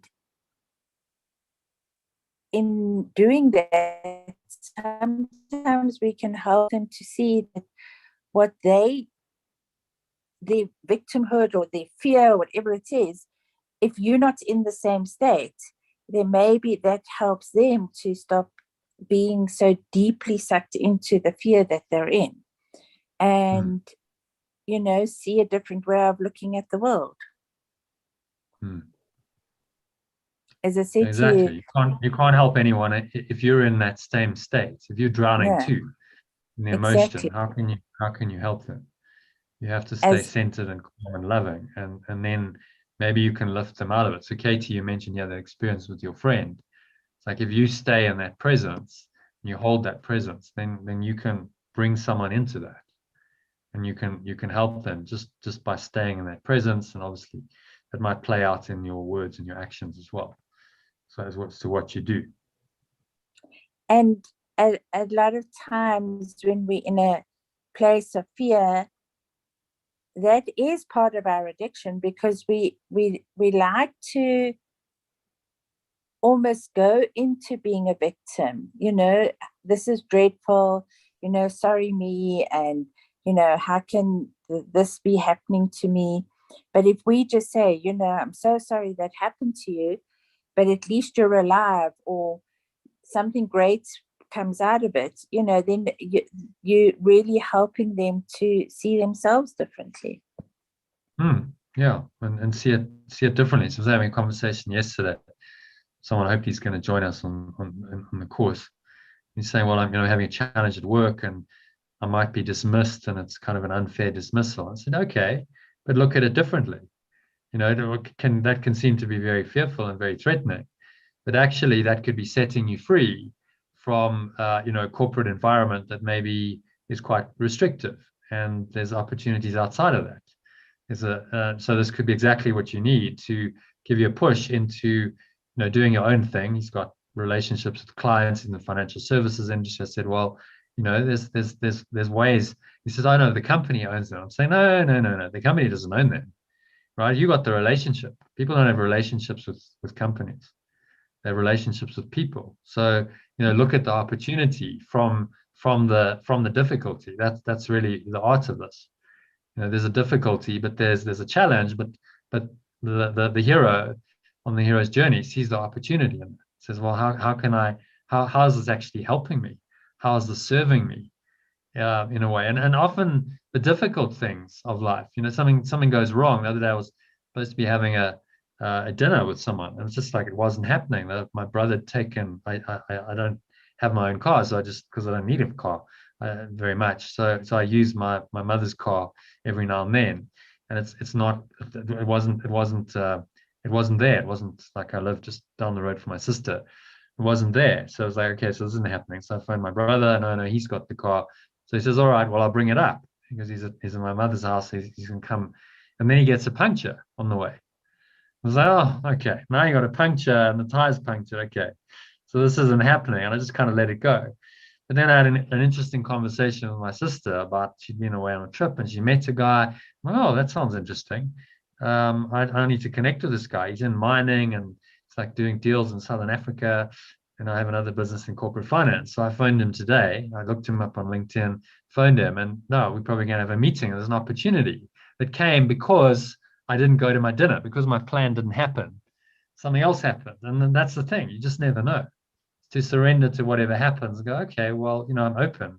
Maybe that all happened for a reason. And it was there to just put me in that space. So then I stayed and I had dinner with them instead.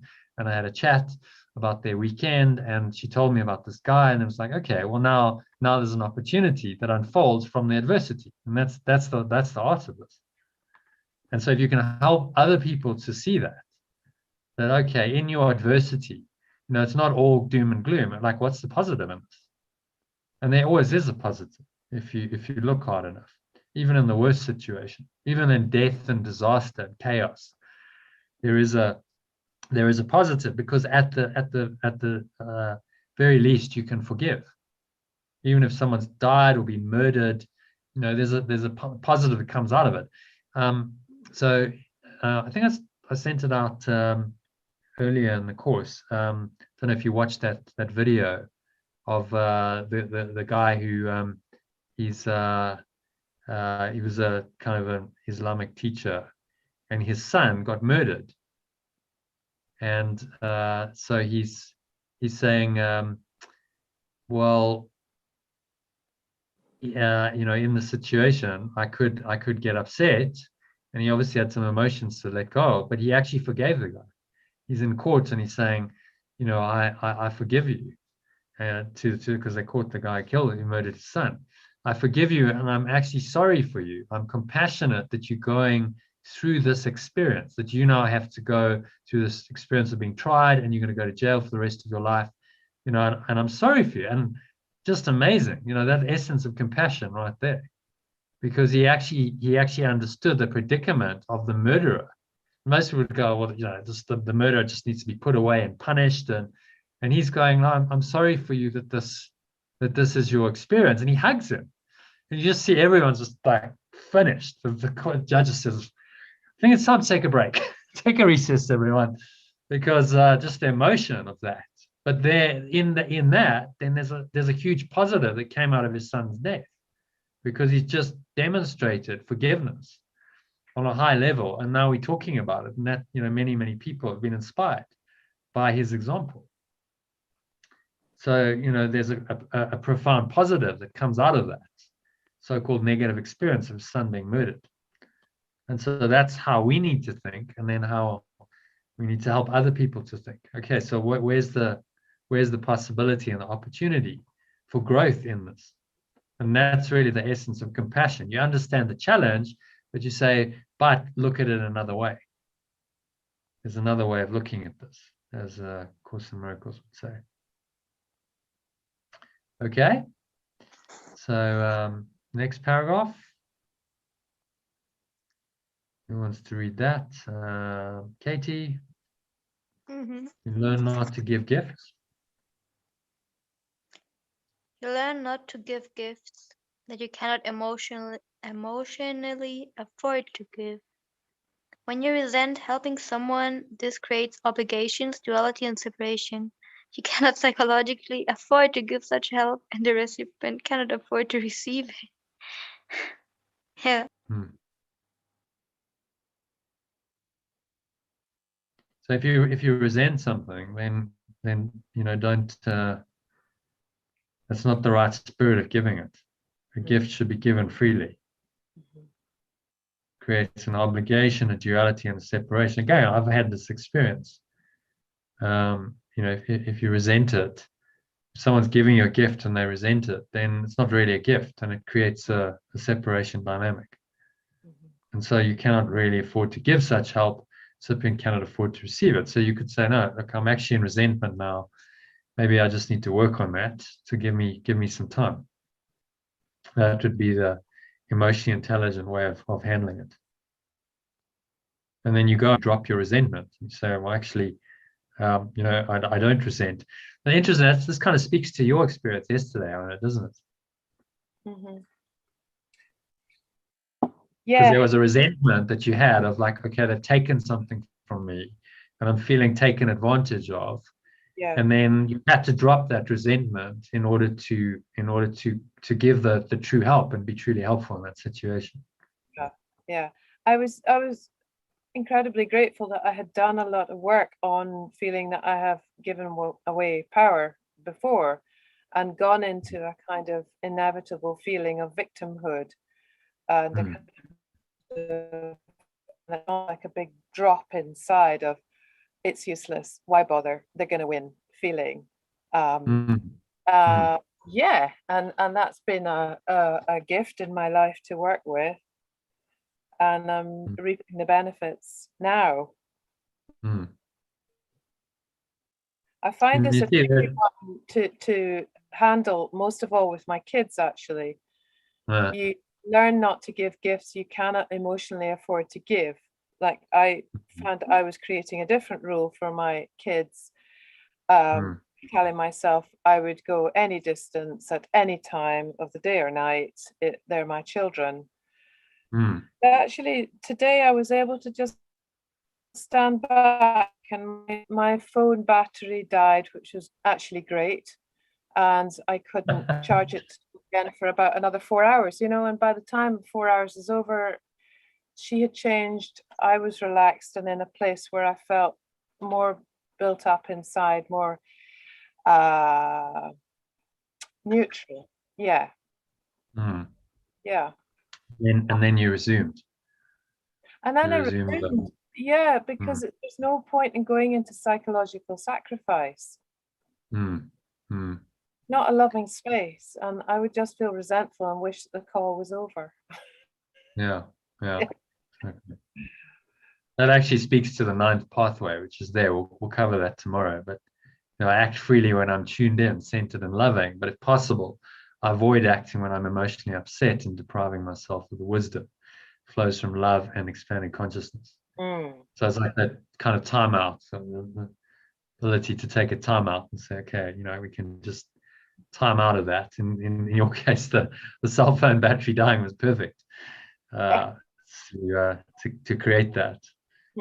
And then you know, resume when you're in a better state of mind. So in any relationship, I think a timeout rule is a good idea. Okay, timeout, and I get a few hours at least, you know, to just time out, and then we can resume. So you're not avoiding, you're just temporarily saying, look, let me get myself into a better state, and then we can deal with the situation. Because if I'm not in the right state and I'm aware of that, then almost certainly the situation is not gonna play out very well.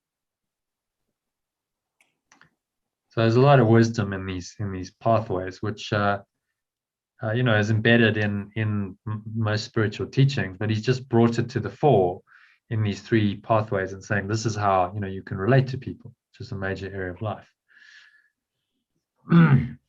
Okay, so next paragraph. Whose turn is it to read? Patricia, if you'd like to read that for us. Sure.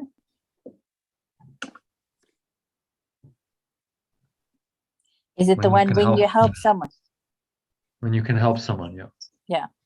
When you can help someone with a feeling of love and oneness, you just do it because it feels good to you. When you feel oneness with another, there is no giver or receiver. There is just there. It's like one hand washing another. You are just letting energy flow through you. Yeah. So you go beyond the duality. There's no giver or receiver really. It's the one love just extending through you, and one hand washing another, just letting the energy flow through. It's quite a nice analogy. One hand washing another. So as you give, you're receiving. Your hands being washed, your mind's being cleaned as well. I don't know if you remember when Dave Hofmeister was here, he told a story about they'd been to visit somebody, a group of them, and he'd given them supper, and they chatted and chatted, and then when they were about to leave, somebody said, "Oh, let's do the dishes." And he said, "Only if it brings you joy." And I just always stuck with me, only if it brings you joy. And that changes your whole energy about what you're doing, only if it brings you joy. Yeah, well, that's the flow. And even if it doesn't initially, like, you can actually get into a state of acceptance. Yes. I might have shared this, but I had a situation once where I broke down. I had a puncture. I was driving down to Durban, and it was about 10:30 at night. Side of the road is quite windy. It's not a particularly nice situation. So initially, there's a lot of resistance for like a minute or two. How can this happen? Why did it happen? Oh, I'm going to be late. So my sister's waiting for me in Durban, and she wants to be there, and all the resistance. And then I just moved into acceptance. I was like, okay, it's happened. There's nothing I can do about it. So what do I need to do? And then I got into, just moment by moment. Okay, I need to change the tires. So I need to unpack my boot, get the tire out, and I just did it. And in about 20 minutes, it was sorted. And I was on the road, and I wouldn't say I was actively enjoying it while I was doing it, but I was accepting and I was present. And then in hindsight, it was like, oh, actually, I did quite enjoy that experience. On reflection, that there was a sense of flow. And I'd overcome the resistance, which was the main thing. So it was, in hindsight, actually quite an enjoyable experience, but at the time it wasn't. So even if you can't feel the joy straight away, you can go into acceptance and go, okay, but I just accept and I'm present. And then that's base level, and then joy might flow from that. Because if you're in the moment, then actually, you're giving Spirit the opportunity to bring joy to you. So acceptance, then enjoyment, and then at the highest levels, enthusiasm. Those are the 3 levels of conscious doing that Eckhart Tolle talks about, which is quite a nice kind of way of framing it. It's just another model to understand. But if you're not accepting, then you're in resistance, and then that's ego. So acceptance is like the base, which can then enter you into a joyful state from that acceptance. Okay, and then one last paragraph. So should we, whose turn to read that? Katie, if you want to read that.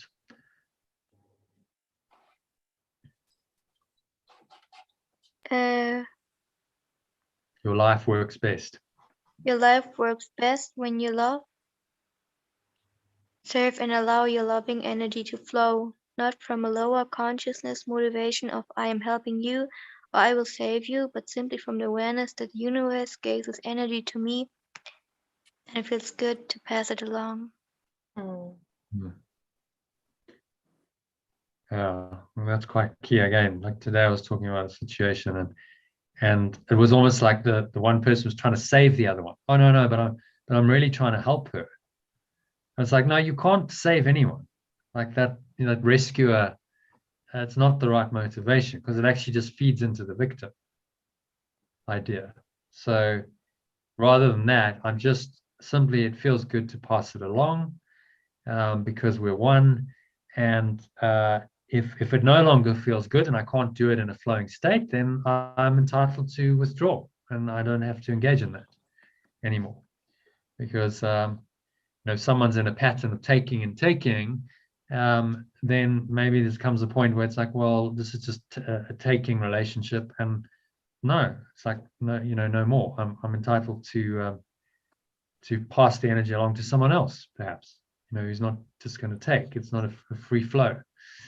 And the Holy Spirit will give you the discernment to know But that's the, it feels good. Just feels good to pass it along. I'm not trying to save you. I'm not rescuing you. It's just, yeah, I am you really, and this energy is in me and it's in you, and there's no giver and receiver, and it feels just right to allow that energy to flow through me and into the situation. And that's really unconditional love. So this idea of unconditional love, we've all heard of it, but how do you actually apply that? How do you live it? That's the key. And it's just allowing this energy of love to flow through you, and allow it to do what it's going to do, and then the resolution comes as you experienced yesterday. It's just like that's just going to come through you. It's going to flow through. It feels good to pass this along.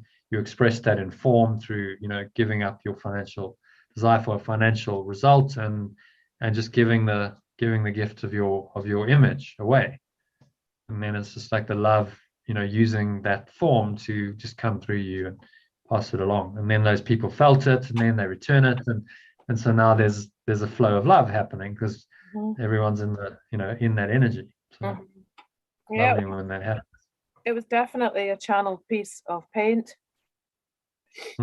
Just got myself out of the way and let it through. So it feels good to pass it along, and I know that all will be well. Yeah. And then it feels really good. And so you didn't get a financial reward, but you got something much greater. You got peace of mind. Yeah. And actually a happy, joyful feeling. And then in the end, that's what it comes down to. Jesus said you can't honor two masters. So which master are you going to honor? Yeah. Mammon, he called it, which is the illusion, but about the material and money and so on. Or are you going to honor the spirit, which is just about these internal gifts, the love and the peace and the joy that is the most important to you. And money can't buy those. Never has, never will. That's right. Okay, so 8th pathway done. That's a pretty good one. I like that. Compassion, some depth there, some richness. So use it. Remind yourself of these principles, and join us tomorrow afternoon. We'll do the 9th one, which is just knowing when to have the wisdom to take a time out. Okay. Speaking of which, so how are we doing? Okay. If everyone's still up for it, we'll go into the text reading. It's Okay, not too Jono, late. I need to go to Okay, bed. Hi, Jono. Yeah, I can hear you. I need to go. I've been up since 4 o'clock this morning. Yeah. Okay. Okay. No Thank you, problem. everybody. I Thank you for joining appreciate all us. your If anyone else needs to go, then by all means go. Otherwise, there's 5 paragraphs, not too bad. So we should get through this in half an hour. Okay. Have a good See you evening. tomorrow. Bye. Okay. Bye. Bye. Are we finished with everything in 30 minutes? Should be, yeah. We got 5 paragraphs to Okay. cover. So just depending on how much discussion, but we should be able to do it in half an hour. So do you want to kick it off, Katie? Read first. This, by the way, is called Healing as Release from Fear. It's always useful to look at the title. So we're talking about healing and fear here. So do you want to read paragraph 1 for us?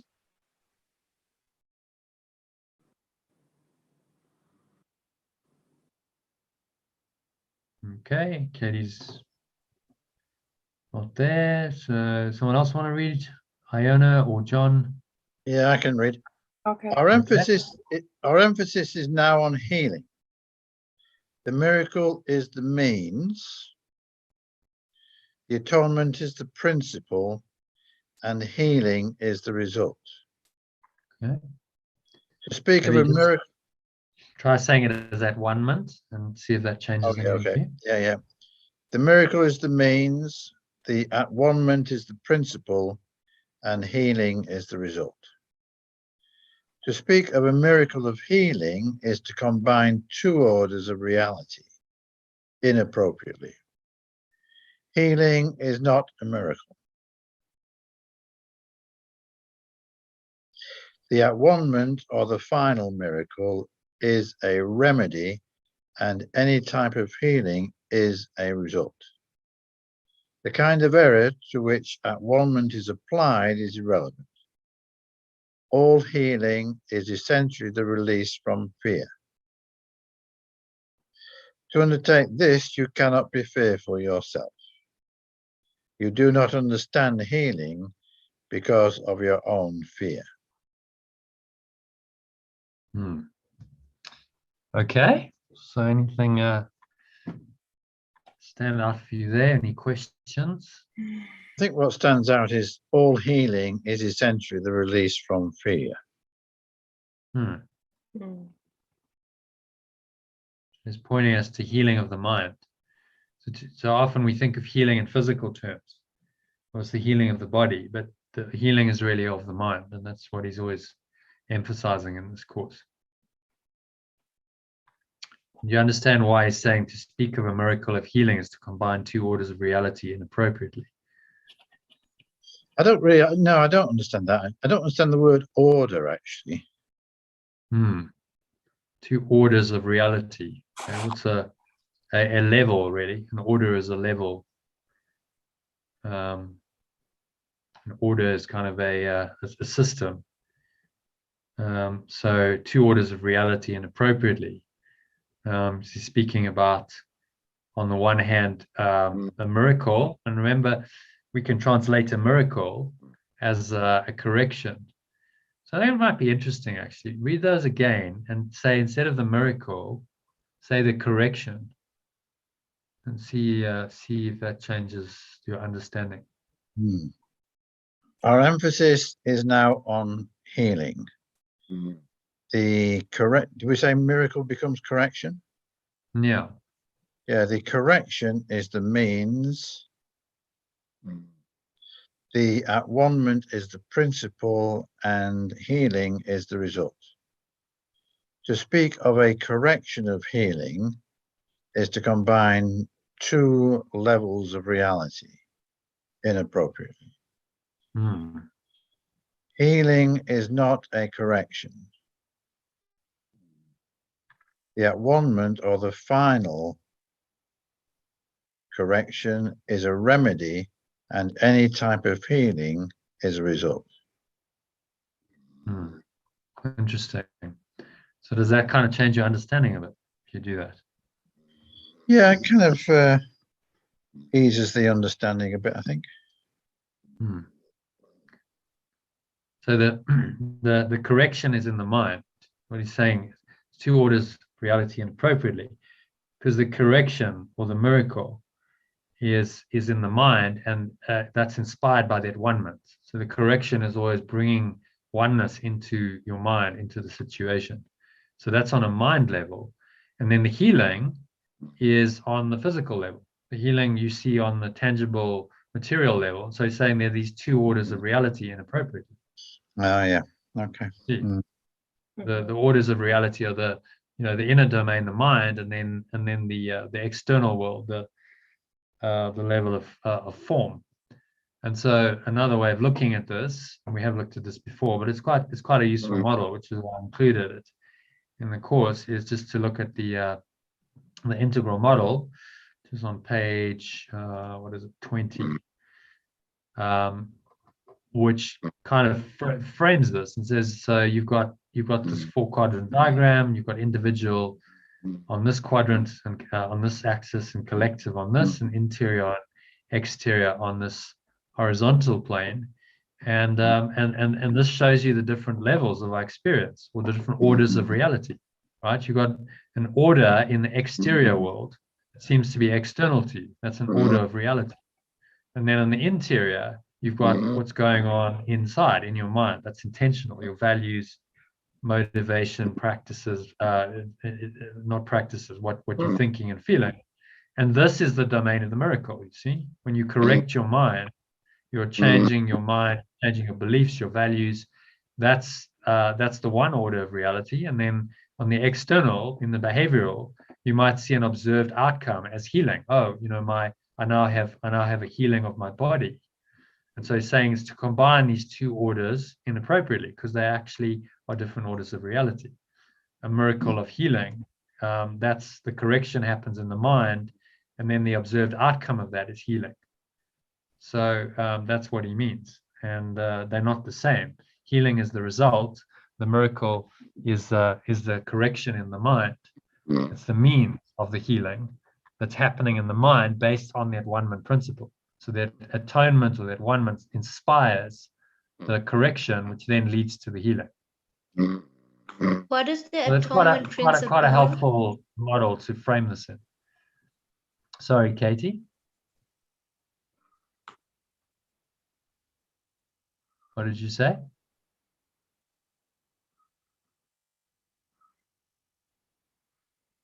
Did you say anything? I thought I heard you say something. Oh, No. Okay. Did I you say was, something? yeah, and it's like crazy. I hear you. Sometimes your voice gets slowed down, and sometimes it gets very fast. So I don't know if I interrupted you. Okay. Yeah, it's because I'm on a mobile signal here, so it's not quite as good as fiber. But managing, we're in the dark, but we're carrying on. Keep calm, You're carry really, on. yeah, keep calm, Karen. You're doing a good job. I thought to myself. Thank you. So does this make sense? And it kind of explains what he's saying here, these orders of reality, because these are different domains or orders of reality that are in this integral model. The left-hand side and the right-hand side are different orders, and then each one where they intersect, that's the behavioral domain is an order of reality because it's individual exterior, so it's in your own behavior. And then another order is in the system, so that's collective behavior. See, so these are different orders or levels of reality, and what Ken Wahlberg came up with this model is saying is they intersect, right? It's integral because they all integrate. And so when you understand the relationships between them, then you start to understand how to live properly, live from the Holy Spirit, being guided. And it all starts here in this intentional domain. This is where the miracle happens. It doesn't happen in the behavioral domain. Healing doesn't happen here. It happens here first, and then the effect of it is in the behavioral domain. So that's why it's saying that these two orders of reality. So you just asked a question, Katie. I put it in the chat. Yeah, is atonement or is it one-ment and forgiveness the same? Oh, interesting question. So what do you think? Yes. Well, let's go to the course and have a look and see what he's saying. Because he's saying That's a here, good he's answer. clarifying. He's saying the miracle is the means. The correction is the means. The atonement is the principle. So he's telling you the relationship between them. Right? So the miracle is the correction. The miracle is the transformation in your mind, the correction of your perception that is inspired by that one-ment. So that one-ment is the principle, that principle of oneness that now inspires the correction. But overall, you could say that as he says in a previous section of the text, that one-ment is an interlocking chain of miracles. So all of the miracles, all of the corrections that are happening in time make up the process of that one-ment, because that one-ment is both the principle and a process in the way he describes it. Here he's talking about the principle, but the miracles and the corrections are the process of that one-ment being applied. But yeah, practice. It's like if everyone has done it, then it's the atonement principle fulfilled. Yeah, then then the process is complete, and you have only that one-ment, which is that everything is one again. Wow. So they seem to be separate, but they're not really. The miracle of the correction is the means of that one-ment playing itself out and expressing in this principle, expressing into the world. So they're not really separate. But that one-ment is also the principle behind the miracle. right? So it's the deeper, it's what inspires the correction, because you have to have a principle that underlies the correction of the thought. That makes sense. That was that nice. Is John snoring? Oh my God, like a beer. Maybe we should wake him up. Like a holy beer. Alright? Let's ask him to read something. John? Yeah, I'm here. It's not me. It wasn't it you? Was it an animal? Oh, like a No, human? no. You'll have to let go of your temptation to accuse me of being asleep, Jono. Okay. It sounded like a snore, so forgive Yeah, us. me too. I think it was a snore. Was it? Okay. Just dropped off there for a bit. So No, I a didn't. major step. You didn't. Let Okay. go of that thought, Jono. No, Okay, we I'll believe tell in the you. thought. You're fully awake. Fully I've awake. been and fully with awake us. the whole time. Okay, brilliant. Do you want to read number 2 for us? A major step in the at-one-ment plan is to undo error at all levels. Sickness or not right-mindedness is the result of level confusion, because it always entails the belief that what is amiss on one level can adversely affect another. We have referred to miracles as the means of correcting level confusion. For all mistakes must be corrected at the level on which they occur. Only the mind is capable of error. The body can act wrongly only when it is responding to misthought. Body cannot create, and the belief that it can, a fundamental error, produces all physical symptoms. Physical illness represents a belief in magic. The whole distortion that made magic rests on the belief that there is a creative ability in matter, which the mind cannot control. This error can take 2 forms. It can be believed that the mind can miscreate in the body, or that the body can miscreate in the mind. When it is understood that the mind, the only level of creation, cannot create beyond itself, neither type of confusion need occur.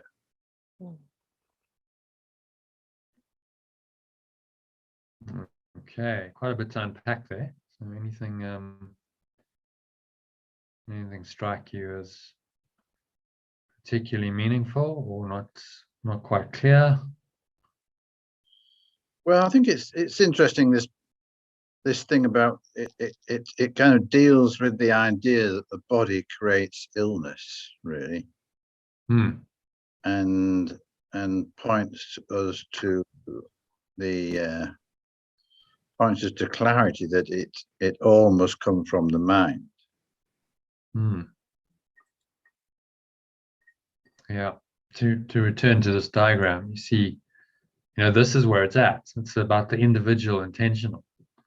And if we think healing is going to happen here, and we say, oh, well, my body's doing this, we give some kind of mind, some kind of independent will to the body, we're actually just falsely placing our mind into a body and saying that we are a body and identifying ourselves with the body, which is what the ego wants us to do,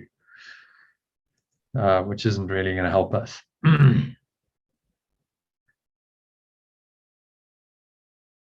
It's a fundamental error that produces all physical symptoms. So if we think we're bodies and we think that our minds are bodies, and now we're a defect of what's going on in this external world, then we are likely to have lots of problems. So illnesses and sickness and suffering and so on, and then we go, well, it's outside of our control. It's not my mind that's doing this to me. It's happening because of something external to me, whatever it is, a virus, a bacteria. This is threatening me. and so we're not recognizing then the power of our minds, that our minds are creating this. And so it's a fundamental error.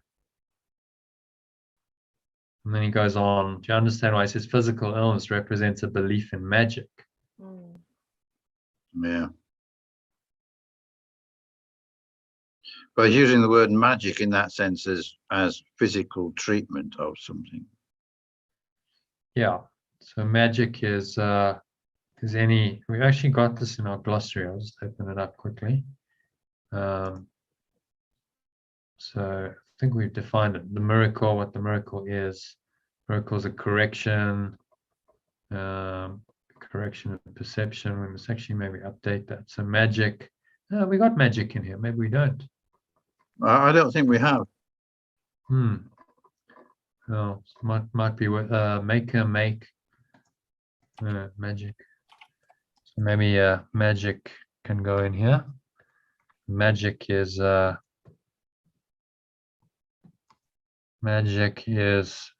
belief. Sorry, I'm trying to type in the doc here. Quite challenging. Can you see the screen? Belief in an external remedy, I'd say. That's what magic is. Belief in an external remedy for a problem would be a good definition of magic. Do you agree? Mm-hmm.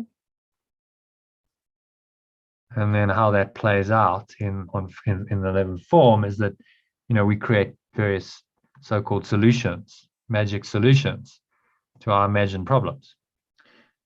Classic, what's going on here in this world is the moment with the whole COVID pandemic.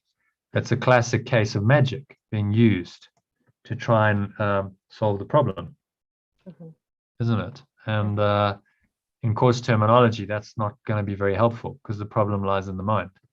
Belief in an external remedy, and here's the way magic works, because this is how the ego's deception is, that it creates the problem, and then it creates the apparent solution to the problem and says, right, you've got a problem now, and the problem's real. So now here's the solution, and it makes problem and solution real in your perception, and now you have this whole reality going on in your mind, none of which is true because the problem is not real.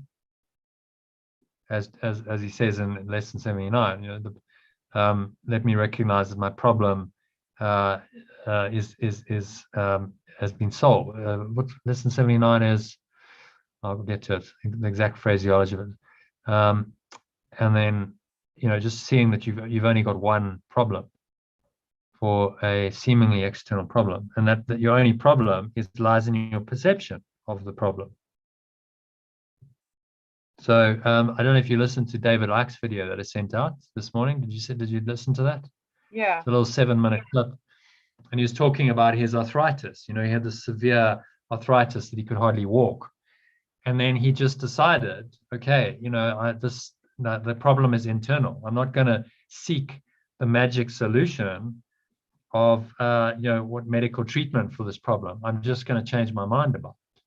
Yeah. And then he healed from it. He said, I don't have that problem anymore because I just changed my belief, and I changed my perception of it. And then the physical condition just disappeared because it was being generated by the mind. So magic would say, oh, you've got a problem, go to a doctor and sort it out and take drugs and do whatever to try and fix it, some external means.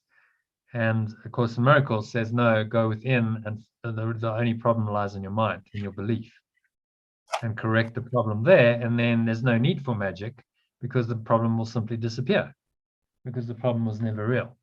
So magic makes the problems of the ego real, and of course entrenches the ego's thought system.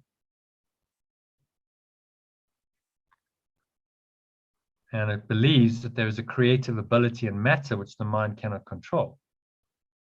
But matter is a projection of thought, right? This is all a projection of thought. So that's not true. It's an error, as he says. It can take two forms.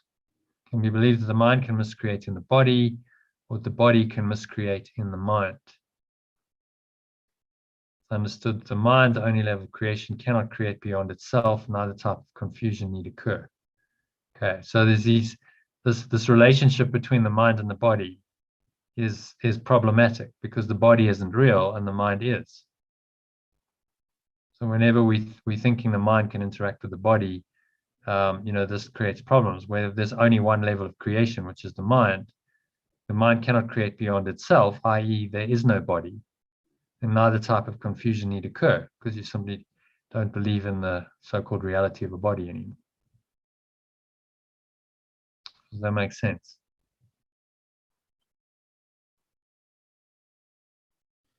Yeah, I think it makes good sense. It's Yeah. fine. And how does the mind miscreate in the body? So that belief, can you give an example of that? Can we believe that the mind can miscreate in the body? How would that play out? Like eating food and thinking it will now cause me something. No, that's the other way around. Body can miscreate in the mind. Okay, so if I eat, if I eat Yes, food, you're or right. Yes, you're right. if I do something on a body level, then that affects my mind. That can now change my emotional state. If I eat bad food, or I do something, then the body is miscreating in the mind. The body now can negatively affect the mind. So there's this feedback loop. In this, we have an experience in the body, and then that affects the mind. So that's the body miscreating in the mind. So the mind perceives what's happening in the body, and then gives it power that it doesn't really have, and says, oh, now I'm upset because, let's say, my body is sick, for instance. And we give it, this undue power. John, you were saying, like, when before you started the course, you were just preoccupied with the, what's happening on this external level, and with the body, all of the illnesses and the ailments, and your whole attention is absorbed there. And now that's really a belief that the body can miscreate in the mind, because the body is now causing you some distress in the mind. And then it can be believed that the mind can miscreate in the body. So I think that I can think certain things, and then that has an effect on my body, which is more true, because the mind then is at least the primary causative agent. And so my mind can, if I'm very angry, my mind can miscreate, and it can create cancer for me, or heart attacks, or strokes, or whatever. And my mind is now miscreating in the body and doing this to me. The body becomes the projection, the manifestation of the miscreation of the mind. And so you can believe either one of those. But as he says, if you believe that really only the mind is primary, and the mind simply is the only level of creation, cannot create beyond itself, neither type of confusion need occur. In other words, this whole domain of the external world just drops away, because it doesn't exist in truth. It's part of the dualistic construct of the ego. Okay, so the integral model would then just collapse, and you go back into oneness through pure intention. You go back into, you transcend this domain of time and space, and this domain of consciousness, which we discussed yesterday. This is what the integral model describes, and you would go back to perfect oneness, or pure formless awareness, outside of the dream. And then none of these errors need occur, because the body simply doesn't exist there. Okay? Make sense? Yes. Mm-hmm. All right, number 3. Whose turn is it? Okay, who read number 1? Was it you, Katie? So I think it's Iona then. Iona, do you want to read number 3? Okay. Only the mind can create, because spirit has already been created, and the body is a learning device for the mind. Learning devices are not lessons in themselves. Their purpose is to merely facilitate learning. The worst a faulty use of a learning device can do is to fail to facilitate learning. It has no power in itself to introduce actual learning errors. The body, if properly understood, shares the invulnerability of the at-one-ment to two-edged application. This is not because the body is a miracle, but because it is not inherently open to misinterpretation. The body is merely part of your experience in the physical world. Its abilities can be and frequently are over-evaluated. However, it is almost impossible to deny its existence in this world. Those who do so are engaging in a particularly unworthy form of denial. The term unworthy here implies only that it is not necessary to protect the mind by denying the unmindful. If one denies this unfortunate aspect of the mind's power, one is also denying the power itself. Wow. Okay. Yeah, it's quite a bit. Oh, wow. Okay. Let's unpack that.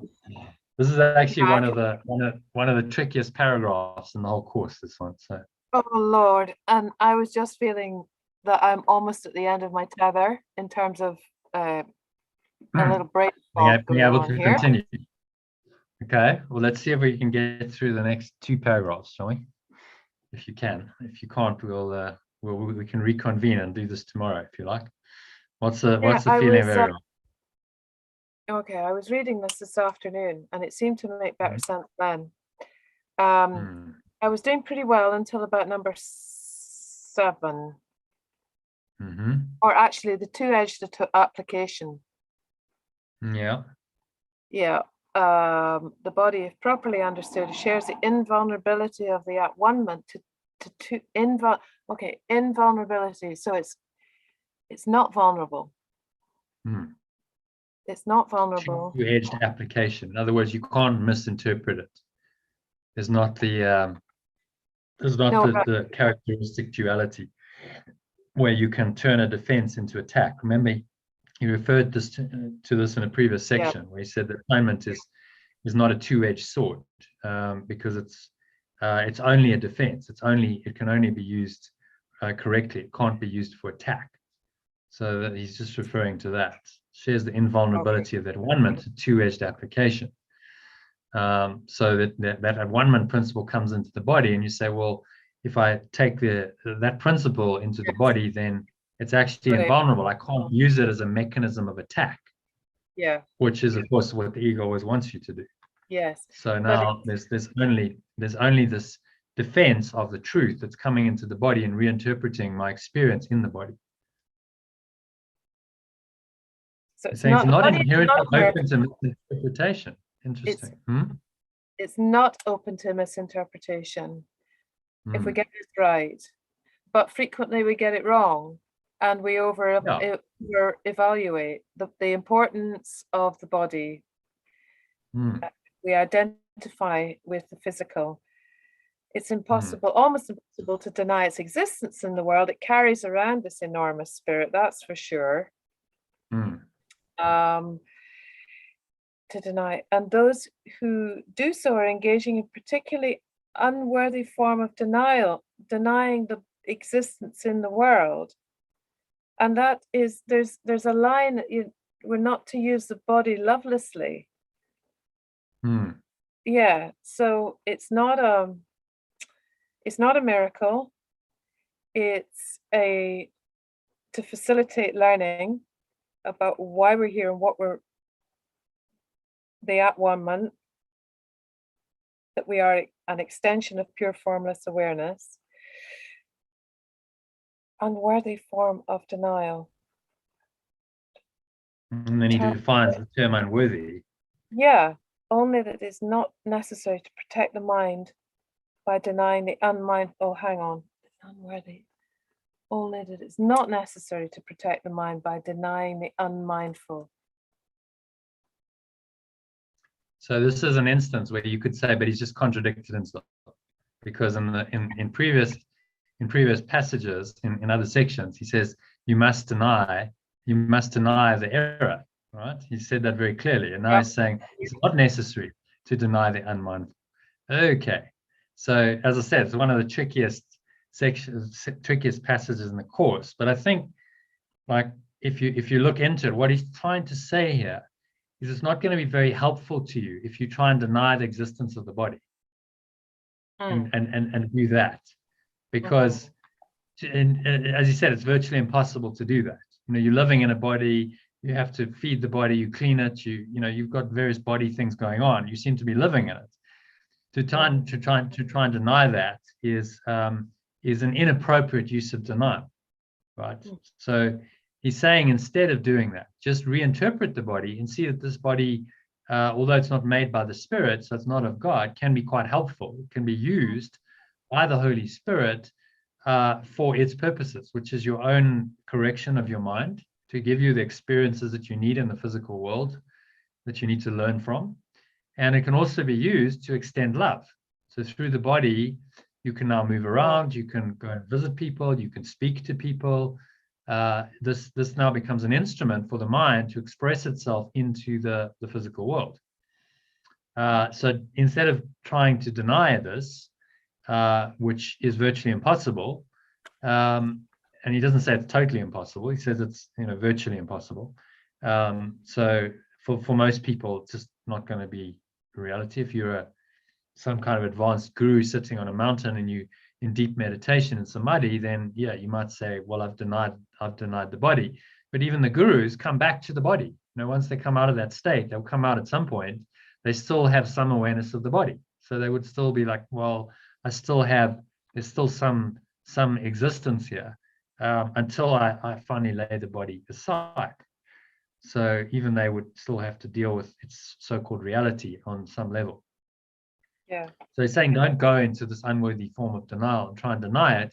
Just reinterpret it as a learning device for the mind. And this is quite helpful in your learning, because you need to have the experiences that are going to give you the lessons that are going to help you to undo your ego through the process of forgiveness and miracles. And then he just comments, if one denies this unfortunate aspect of the mind's power, one is also denying the power itself. Okay, interesting. So you could say, you could take him to task and say, but actually you're contradicting yourself here, Jay, because you've said in previous instances that we must deny the error very, very clearly in other sections of the course. I think it was in chapter 1. Let's just see. We'll keep this duplicate, and we'll go into text error. Where are we? Escape from darkness, if I recall. I think he talks about it here. You must recognize darkness, escape from fear. And so the proper use of denial is that you must deny the darkness. Is this what I'm looking for? Maybe I'll just search on it actually. So I understand what he's saying, but you could certainly argue and say, well, you've contradicted yourself. And he doesn't do that very often. It's like the one instance in the course where I can go, okay, well, you could proper use of denial. Let's see what comes up there. Proper use of denial. Okay, that's not good. No results found, unsurprisingly.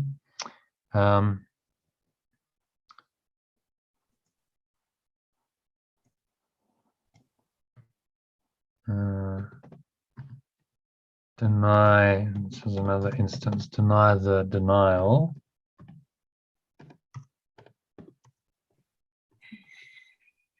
If that's a phrase, let's see what comes up there. We deny the denial of truth. Anything happening? Don't know. It's quite slow because my internet's connecting. Okay, never mind. We'll just, but do you understand what he's trying to say here about the body? It's a learning device for the mind. It's the way that I've always understood it. Yeah. So don't deny it while you're here, because it can be quite helpful and useful. Yes, And it's so that's an unworthy form of denial, because you're actually denying the usefulness that this has to you here and now. Even though it's Yeah. not ultimately true, it can be a useful device. And I think Yeah. that's the best way of interpreting this, rather I than think it's seeing clear. seeing a massive contradiction. You just see what he's trying to say here. And the last sentence, if one denies this unfortunate aspect of the mind's power, one is also denying the power itself. You could say, well, okay, you've said in other instances you must deny error. So, potentially, it would be interesting to have a debate with Jesus about that and say, okay, so why did you say that? But we don't have the luxury. So I think we'll just move on, shall we, to number 4. All material means. So whose turn is it to? Probably me, I I think. see Katie's asking some questions about the creation of levels and level confusion. Don't And know maybe what was first. maybe these questions are not necessary. Is there some use of that question? Yeah, questions always good. Always. So creation of levels and then level confusion. Yeah, so he's talking about here the error, this error of the mind believing that the body can miscreate in the mind, or the mind can miscreate in the body. This is all level confusion. It's based on the idea that there are these different levels. And he's saying when we understand that there's really only one level, which is truth, oneness, then neither kind of error needs to occur, because these dilemmas are a result of level confusion. And the level confusion arose because we created an illusory idea in our mind. The separation is false. So it's simply not, nothing that happens in the separation is true, and that creates the illusion of levels. And then we get level confused because now we don't know what's true and what's not, and we think that the separation is true, and we go to that level of our minds, and we're confused because we've now denied the truth that there's only one level. So to answer your question, you've said this is about creation of levels and then level confusion. Yes, so the ego creates levels and then gets level confused and wants us to stay in the lower level of the separated level, which is the body level. Don't know what was first. Well, what was first was the idea in the mind. The separation idea in the mind was what was first, and then what came from that separation idea was level confusion. And there's a separation from God, a level confusion itself. Yeah, profound level confusion. You just removed yourself from the level of oneness and you created another level, which now seems to have a reality. And now you identify with that level. You think that you're separate from God. I'm really fearful right now. You're feeling Like fearful, you said.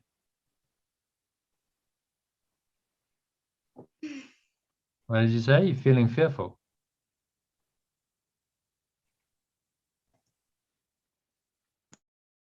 Do you want to expand on that, or should we just move on to reading the next paragraph? Okay, Katie's gone quiet, so we'll leave you in your quietness. So number 4, John, I think you were going to read that.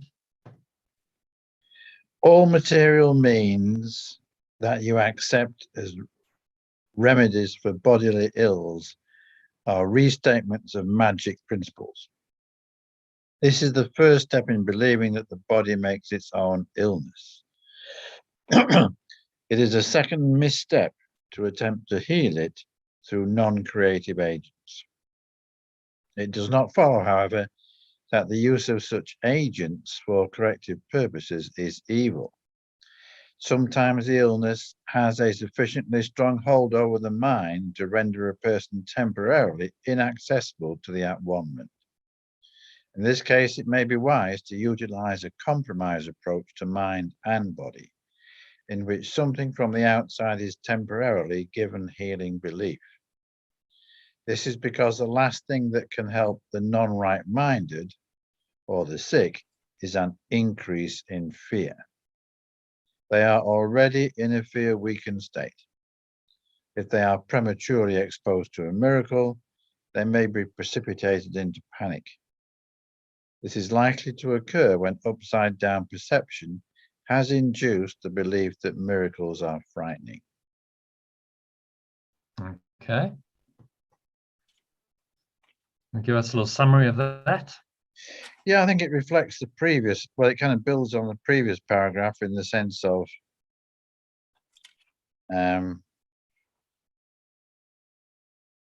magic, the magic of potions, pills, and treatments is an illusion, but to those who are very fearful, it might give temporary release because the realization of truth would be too much for them that moment. So is saying really that there is a temporary role for magic in extreme situations. Yeah. That, you know, if it's going to be helpful, like what's actually helping that person to remember healing is the release from fear. So the last thing that's going to help them is an increase in their fear. So if you can use magic to reduce their fear and maybe make them then a little bit more accessible to the at-one-ment, because their fear is now diminished, then that could be, you know, that could be helpful in a situation where someone needs healing. And so, for instance, you might say, you know, someone's got cancer or something like that, and they're very fearful. Then and just to say, well, you can do this all in your mind. You know, you did this to yourself, so you can just forgive and you can release yourself, is too fearful for them. They can't get that. Then you give, say, an alternative healing modality like changing your diet, like you know, there's various substances that alkalize your system, detoxing from parasites, this kind of thing. You could give that a healing belief, and that might be helpful for the person because it gives them something to do, and then I'll go, okay, I can actually feel like I'm empowering myself. I'm trying to overcome this in some way, and their healing, their fear reduces. And then they might be a bit more accessible once they've done that for a bit to the idea that actually they need to forgive.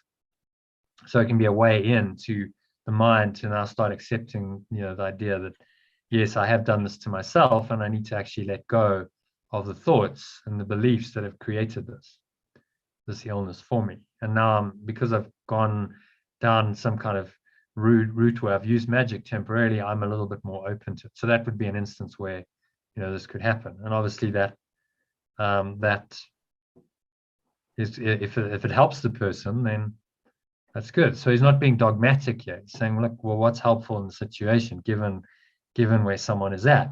But this should not be used to justify things like vaccinations, which people like the Circle of Atonement, we had that whole conversation about it. This was before you entered. This was last year. We had a session on it because the Circle of Atonement and Robert Perry, where they have a conversation and they're saying, well, you know, Jesus is saying, well, it's okay. You know, you can use magic, so therefore it's okay to like now have the vaccine, and they justify it. I'm going, but hang on, a vaccine is a preventative measure. You're not talking about healing anything. You're just talking about preventing something. That's not the same. That's not the instance that Jesus is talking about here. In fact, he talks about in lesson 76 very specifically, you know, you really think that some fluid pushed into your veins will ward off disease and death? And he's making fun of that belief. So he actually mentions it specifically and saying, you know, don't go into defensiveness mode, right? So this is a different modality. Defenses are not going to help you. So don't use the magic as a defense. Use it if temporarily, if it helps the healing of the mind. You know, but don't now, he's given you an inch, don't take the whole thing and say, okay, well then, therefore he said this, therefore, you know, a defense like a vaccination, which is clearly just a magic defense against you know, something that you fear. He advises you not to do. So don't take it out of context. He's using it in a very specific context for someone who's already ill and is a fear-weakened state, and it may be helpful to use magic temporarily for them. So yeah, that's just my comment on it. Don't misinterpret this, because it can be. And you know, as people do, they use the course to justify whatever their point of view is, because you can use it that way, and you know, not actually look at other parts of the course and say, but what is he saying in other parts? Because it's a very big work, and you know, if he's addressing it in other parts very clearly, then maybe I need to listen to that as well. Well, what was extraordinary in that situation was they talked about this whole thing for 45 minutes, and they didn't mention the direct mention that Jesus made of vaccinations in lesson 76, which is pretty it's like, how can you just ignore that? But then it just shows you that, you know, perception is selective. You see what you want to see, even in the course. So if you go into workbook 76, you'll see here, so you can reference, if you want to read this afterwards, we won't read it now, but just read that one line. So here he says, you know, you really think that you would starve unless you have stacks of green paper strips and piles of metal discs. You really think a small round pellet or some fluid pushed into your veins to a sharper needle will ward off disease and death. You really think you are alone unless another body is with you. And he's making fun of these beliefs and saying it's insanity that thinks these things. So he's telling you very clearly there that this is an insane belief in you know, vaccinations, that's actually going to work. So that, you know, that's the course's most clear guidance on the whole issue, if you want guidance from the course. Okay, so any questions on paragraph 4? Should we move on to number 5? Good with number 4? Yep. Okay. Yeah. So number 5, Katie, maybe you can read that for us, and then we're done. Yeah. The value of the atonement doesn't lie in the manner in which it is expressed. In fact, if it is used truly, it will inevitably be expressed in whatever way is most helpful to the receiver. This means that a miracle, to attain its full efficacy, must be expressed in a language the recipient can understand without fear. This doesn't necessarily mean that this is the highest level of human communication of which he is capable. It does mean, however, that it is the highest level of communication of which he is capable now. The whole aim of the miracle is to raise the level of communication, not to lower it by increasing fear. Okay. So there's just kind of building on point 4 in paragraph 4.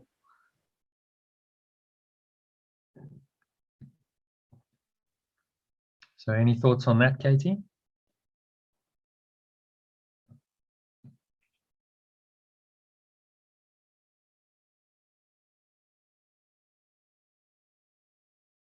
No? Or anyone? No. No? Makes sense?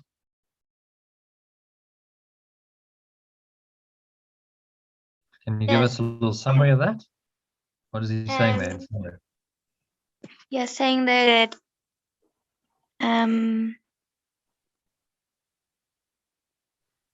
it's not, if someone, use the words, if someone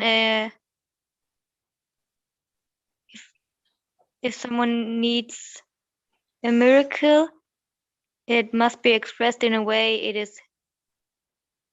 it right now can be received by him. And that's the highest value it can have right now. Yeah, so it's what's appropriate right now. Doesn't mean it's the ultimate level, but it's what's appropriate for them right now. And that's that. Remember, the miracle's a process. All these corrections, which are what the miracles are about raising your level. With each correction, you raise your level.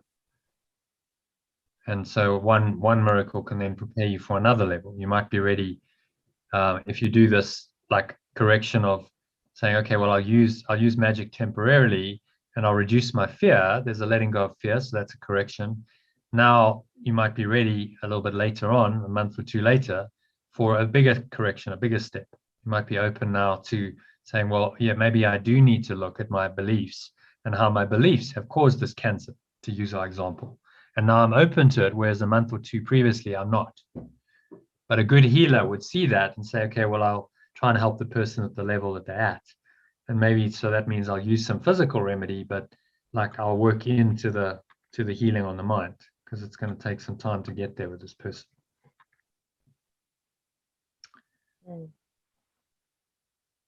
Okay, I think that's fairly clear. Any questions on that paragraph or on the whole section? So, can anyone give me a 1-minute summary of the whole section? Or was that asking a bit too much? The stage of the Can I night. get back to you? I'm gonna get back to you. Jonathan, could you send out that glossary, please, of terms? I can. It's not kind of complete, so it's in a kind of a work in progress. As you can see there, it's sort of a bit. I've started cleaning it up, but there's quite a bit of stuff that that's not quite send it up. But I can clean it up as it is, and obviously we can iterate it. We can expand on it as we go. I think we've got quite a lot of the terms here, but like as we go, we just find there's other stuff like magic came in tonight, and we haven't defined that. So, but yeah, I can clean it up a bit, and I'll send it as it is, and then you have it. So I'll send it on email as well as WhatsApp tomorrow. Lovely. Okay, so should we close it off there? Any other thoughts? Any comments, anyone? It's been quite a long session, so thank you for hanging in there. And we managed to do it without power, so that's good. Internet seemed to cooperate. So shall we just close it up with a couple of minutes of just giving thanks? So close your eyes. Make yourself comfortable, close your eyes. Take a nice deep breath in, breathing in, and just connecting with this deeper presence. You can call it the Holy Spirit that guided you through this session.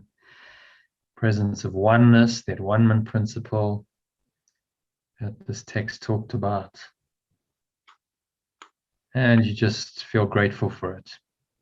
There's a gratitude for oneness that is guiding all of us. This is the principle that leads us to do this work, that leads us down the path of healing, leads us to connect with each other, engage authentically, guides us, heals us, protects us. And so feel the gratitude for that as you breathe in again. Just feel this tremendous gratitude that this principle, this guiding light, is now firmly established in your mind as the truth of who and what you are, that can guide you in every situation in your life flawlessly, tell you exactly what to say, what to do, where to go. And so you need not fear. Everything is taken care of by it.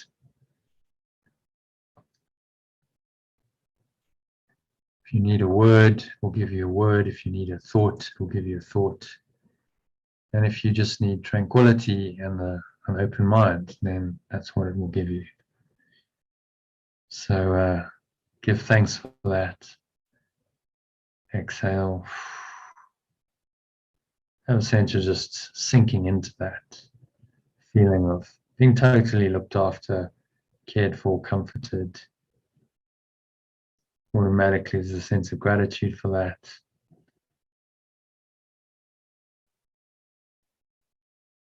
And